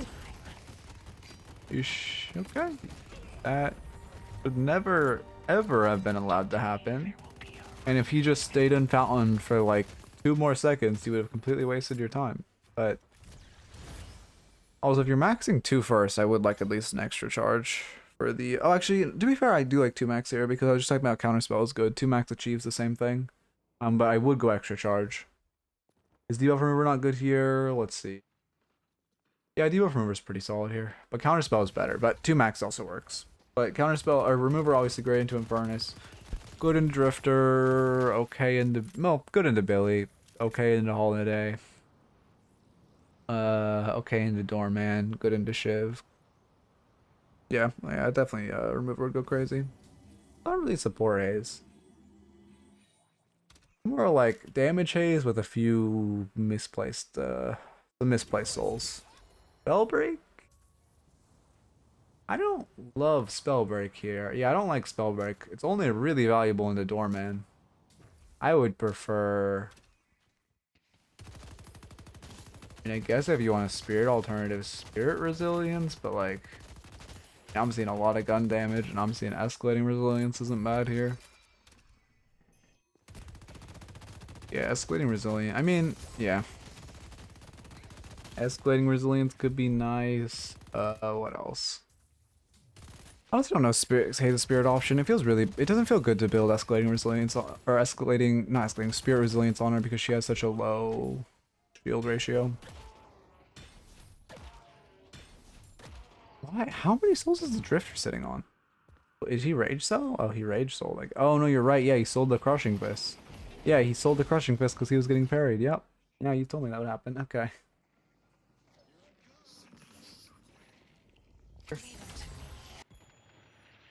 No reason for this fight to be happening.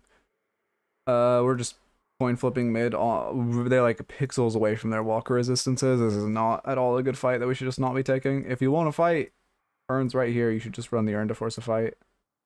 Yeah, 50x better if you run Urn than just putting 6 mid and kind of like hoping the coin flip lands heads. On a Billy Arc, Maze is kind of rusty. I mean, I understand that.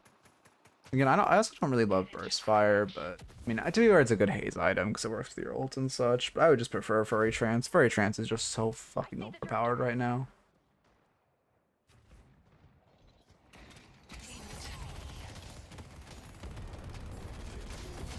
Yeah, we can. Just don't. Gun Holiday moment. Oh, it's actually pretty talented. Did we really take that much just from Holiday? Let's see. Yeah, we did. Professor, you have been making I suppose she works very well in tandem with Doorman. We saw Holiday there, so I kind of panicked. I see. I mean, yeah, once there's 2, you kind of can't really contest. I mean, to be fair, well, it's also a really hard fight for you, because you can't ult, well, Doorman and Holiday both have their ult online, and Doorman cart. So it's really hard for you, so you should just like back off realistically. Even just Holiday is a difficult fight for you. This is really bad. We're jumping into 2 of them. 3 of them, but we don't see the Shiv.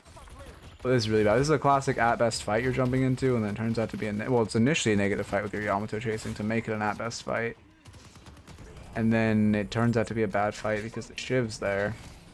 Oh, didn't mean to right click. Oh, right click twice. Nice. I see the Doorman. I see Holiday. Okay. I mean, somehow we trade 1 for 1, which is best case scenario out of that.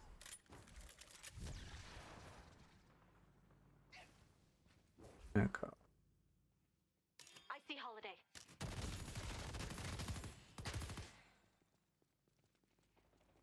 Am I out of tea? I am. Oh, it's not helping. Actually, I think I must be sick.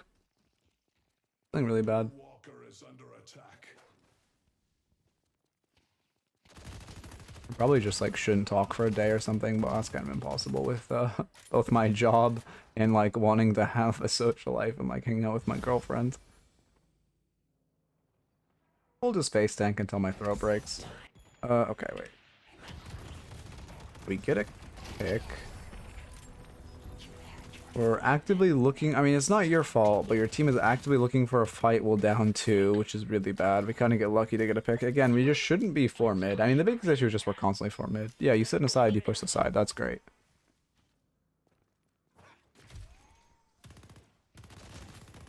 Yeah, I'd really like extra charge this game. Extra charge is just like counterspell essentially with your 2 max, which again I think 2 max is good, but having more 2s, like every single character on their comp, it's just so good into. And people don't think about Haze 2 max. Just shoot the walker. Don't do this like play, just shoot the walker. They should have rotated someone over an age ago or 2 people over like years ago. You're getting too greedy for the invis kills when you can just shoot the objective. Now you're just gonna wait till smoke's up. That's fine. I mean, you could have just left, but you're playing it safe, which I prefer to playing overly aggressive. Just smoke yourself and leave. Just smoke and leave. You could just leave. Just press smoke and leave. Oh, you're trying to look for a pick? Oh, this is terrible if you're trying to look for a pick. Oh, I think you are. This is really bad. Yeah, there's 3 of them here. You're also sitting on 11k, which is a ridiculous amount of souls to have in the back pocket. We're actively looking for a fight while sitting on 11k, which is really bad. You could just go to Secret Shop and buy 2 tier 4 items, which would be insanely good. There we go. There's our shop. No, we're fighting on shop. Oh, we're sacking so much of our value. Yeah, I guess I actually wouldn't mind a Spirit Resilience, because you are very ahead, so you do want to spec defensively. I would just, I guess, escalating exposure and like... No, you need escalating exposure and Furry Trance. That's what you need here, objectively. That gives you the gun and spirit defense you need. Don't head to Broadway, please buy. The slots and Slowing X totally fucked up my mental build tempo. I mean, you definitely should sell. You can sell this. You can sell this. You can upgrade this. You can sell this. You can sell this. There is. I mean, right now with your current build... Again, barring what I said previously about the build, you're buying an him, so you need Ricochet. I would sell Slowing Hex for Ricochet, and I would upgrade BLS to Bleach. That's probably what I'd do. So yeah, mid's a good call. Your team should have gone mid. Again, well, you have call mid. Wait, what? This is terrible. You have 3 people in call. This is excusable. You're on a party. You have 3 people in call with you, and you're not going mid here. You make your teammates go mid. You make your teammates say mid on mic, and you spam click that thing until your fills come. But instead, we just want to die mid for no reason. 1. And there's 2. And 3. And let's see 4. Only 3. So instead of mid boss, 3 of us just died. Yeah. Oh my god, how are you not buying? You're sitting on 13k and you have an open slot. It's so bad you're not buying there. Yeah, Vamp Burst would be fine. The thing about, okay, Vamp Burst is better than Leech if people aren't good. But if you're against people who know how to use Capacitor, Leech is better than Vamp Burst. That's the TLDR. We're also actively seeking out a fight while we're dead 3. It's not great. It is comical that we are winning this fight. Literally a 3v5. We're winning it. You guys should never have been able to win that fight. I mean, the reason this game goes so long is that we're 36 minutes in. There's been like 8 different fights where mid was available and we just haven't done mid. Yeah, we just gonna die for fun. Now you'll buy though. At least now you finally have to buy. Imagine if we had items in that fight though. Did you just buy Echo Shard? For an Echo Shard knife? Really? That's what you go? Oh, I'm glad you sold Slowing X for Rapid Recharge. But like Echo Shard? Just no, don't go Echo Shard. You have no spirit power. Your knife is like a tickle monster. Yeah, you're Echo Sharding 380 damage. That's like shit. Not worth the buy here.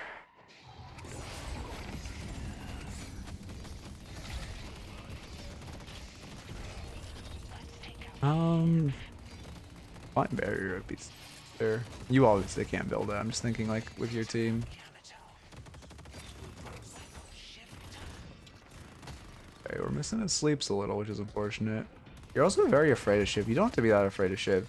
You have, well, actually, to be fair, you're only up 4k on Shiv, but you have like rapid recharge. So if you can 2 his ult, like he's not scary. I genuinely don't remember why I bought Echo Shard here. Yeah, I'm also noticing that you bought it into multiple spell breaks, which makes it even worse. Like, it's already bad, but they have 2 spell breaks. Your team is hard spirit, and you're buying it.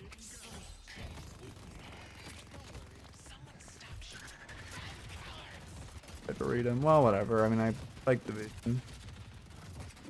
Okay, now we're 14 seconds away from having a player advantage, so surely we run earn. Surely we just shove this wave and run earn.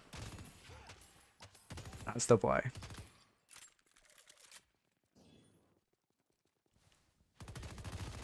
Doesn't look like we're running earn.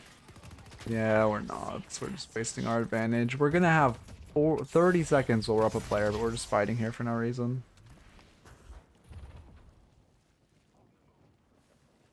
At least we live. You do more decisive calls you be made. I mean, yeah. The issue is just this game would be over like for both teams. This game would be over like 10 minutes ago if we actually called mid boss.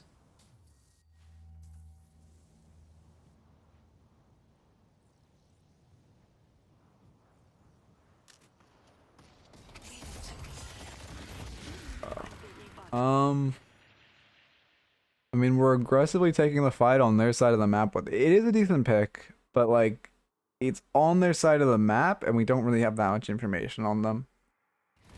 It's a very forced fight too on one of their tankiest heroes. Luckily, he doesn't have backup, but he definitely could have had someone with him. I mean, yeah, the only way to train your making good calls is just by calling a lot. If you die and your team flames you, it's kind of whatever. Like, it just is what it is. Like, mute them if they flame you. You're gonna make bad calls, but it's how you get better. It's how you learn how to make good calls. Okay, 2 picks. So surely we finally do mid boss, right? Sure, you want to reset, but now we do mid boss, right? Really? Yeah, we're taking a long time to buy. Spiritual Overflow, I guess, is fine. We're not going mid. Oh god. I actually called for everyone but me and Yom to do mid? You should go mid though. That's not the play. If they hear your team on mid right now and they see 2 people pushing, their whole team's just gonna flood out and kill both of you. And then they're gonna have an advantage going into your rejuve. Or they're gonna know 2 people aren't here and they're gonna look at their map and be like, oh, we have a 4v4 on top of mid boss. Let's go mid boss. They're not that afraid of Dynamo because they have Doorman. Yeah, this isn't. I mean, oh, I pressed the wrong button. Didn't mean to speed up. Meant to slow down. Wait, let me rewind. I fat fingered. Oh, I probably shouldn't have the buttons next to it, to be honest, but whatever. Okay, let's see.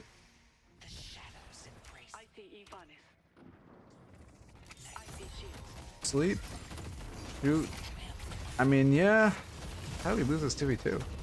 Oh, we're just tanking towers for fun. Okay. I mean, major mistake with that fight even happening, but in the fight, we tank towers. We don't have debuff remover. If we had debuff remover, life would be so much easier too. Yeah. They get mid. Please tell me they don't get mid boss off that, right? Okay. No one has reached. Oh no, they did 2 mid off that. Okay. Alright. Whatever. I mean, like I said, at least you made a call, right? Because then, you know, you learn like why that was bad. And you can learn from it.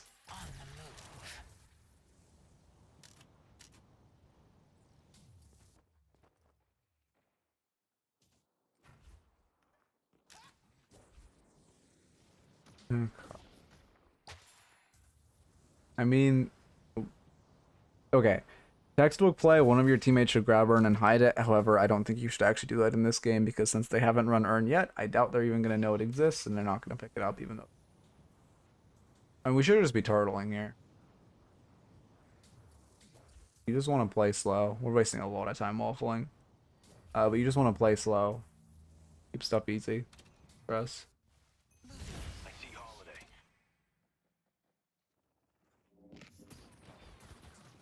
Wondering where they were? Yeah, they're just like buying and resetting. This is a terrible fight. There is no reason to be taking this fight outside of your base. If they are inevitably going to push into your base with a rejuve, you should just be like on height, holding your base. Definitely not looking for a fight outside of your base.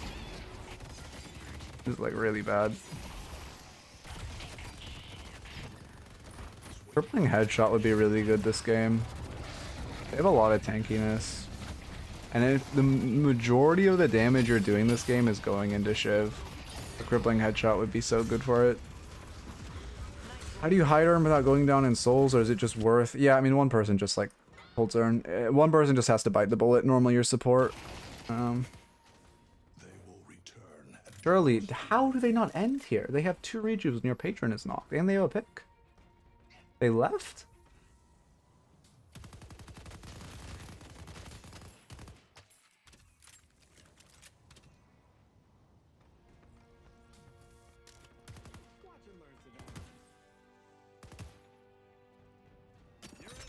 Yeah, Juggernaut's a little scary for us.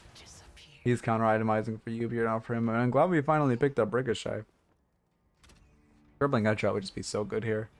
They actually have an insane amount of tankiness with Billy, Shiv, Drifter, and on top of that, again, just you were like, I'm pretty sure you've done like at least 30, no, at least 20% of your damage is on this Shiv. Did you just say Careful Vampire? Oh yeah, I forgot the character's name used to be Vampire Bat.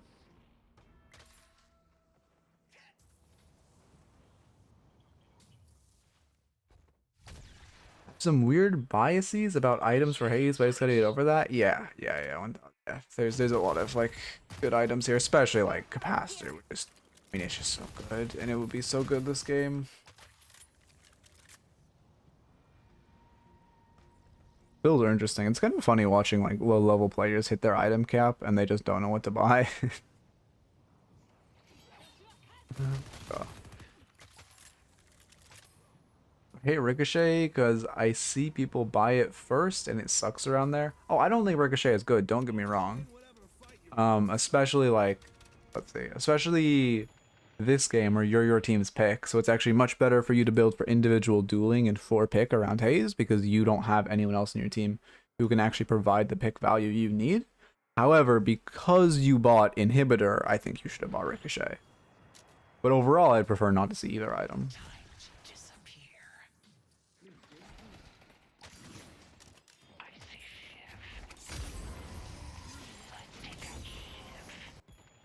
I keep pressing speed up when I mean slow down. Yeah, it's a long one. It's because, yeah, it's a long one. Okay. Why is this fight happening outside your base? They're brute forcing a fight against you guys? Why are we not just on height? This fight is so... Here, let me rewind so I can actually move my cam back.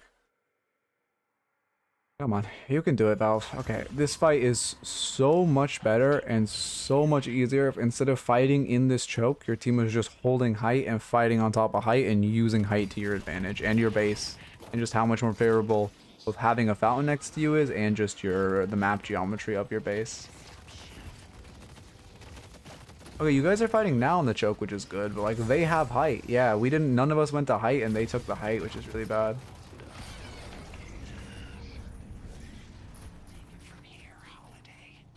Yeah, don't get fucked. That's good.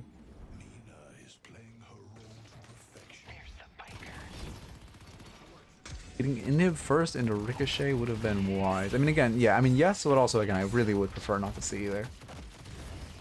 And Crippling would just be so nice this game. And you're forcing an ult for fun. No one forced that ult this early. Unstop actually wouldn't be bad either. Oh, actually, Unstop would be fantastic this game with how much CC they have. Yes, I'm doing free coaching, but this is the last one of today's stream. We'll have one session tomorrow before we watch party Deadlock for DLNS, and Thursday we'll have 4 free sessions. Okay. This one's over with that, right? Yeah. Okay. So, as far as the notes, I mean, in lane we were just very aggressive and overly committing and not respecting tower. And like trying to like backdoor them behind was a little rough. And then, oh, thank you for the follow, Big Boss. Yeah, it'll be good to see you. And we'll appreciate having you on the DLNS watch party. Next up, your pathing could just use a little bit of work. Again, just kind of try to focus on your pathing because there are multiple times that game where we just path like super inefficiently, and you obviously noticed it when you're watching it yourself too. So it's just like, just focus on how you're pathing and how you're moving. Really as simple as that, because you can recognize it's bad. It's just like you're not doing it consciously, and that's why you're pathing poorly. Next up, wave management. We sacked a wave for some hits on Sinners, which is really bad. You never want to sack waves. Waves are far more important than anything else. And you want to focus wave as much as you can Also, as Haze, you know, it's good to split push, especially in that type of game where your team doesn't have conventional pick. You really are your team's pick, so you need to be the pick in the catch before fights to set up good fights. So you also want to build for that in a more duelist style build or supportive style build rather than like Ricochet and that type of thing for like a ult build. On sub, also itemization wise, on sub would have gone crazy that game. Furry trance would have gone crazy that game. Escalating resilience would have gone crazy that game. Crippling headshot would have gone crazy that game. Any of those items would have been great. Okay, and then yeah, I think again I like Rapid 2 over Counterspell. That felt good. That was really good. Glad you did that. But yeah. Don't do also don't do that every game. That was only good because they were such a counterspellable comp. Okay. Funny, I would have been great going with a pick build, and I built Freaky Sustain. Yeah. But even your sustain items weren't ideal. Like, we just had no resistances, so even though we were sustained, we were still getting melted. We didn't have escalating. And, oh, to be fair, we had spell break, but you could just split that into escalating and furry and be happy. Okay. Oh, also, the fights we were taking that whole game were, like, really, really terrible. And the biggest note and the reason that game went so far was just our objective calling was so lackluster. You need to be calling mid-boss more and need to be, like, actually getting your team to come mid and, like, all do mid. And you guys just win that game 20 minutes, like, at, like, minute 30 instead of losing at minute 50. But, yeah. Those are the biggest notes. My throat is cooked now, so good timing.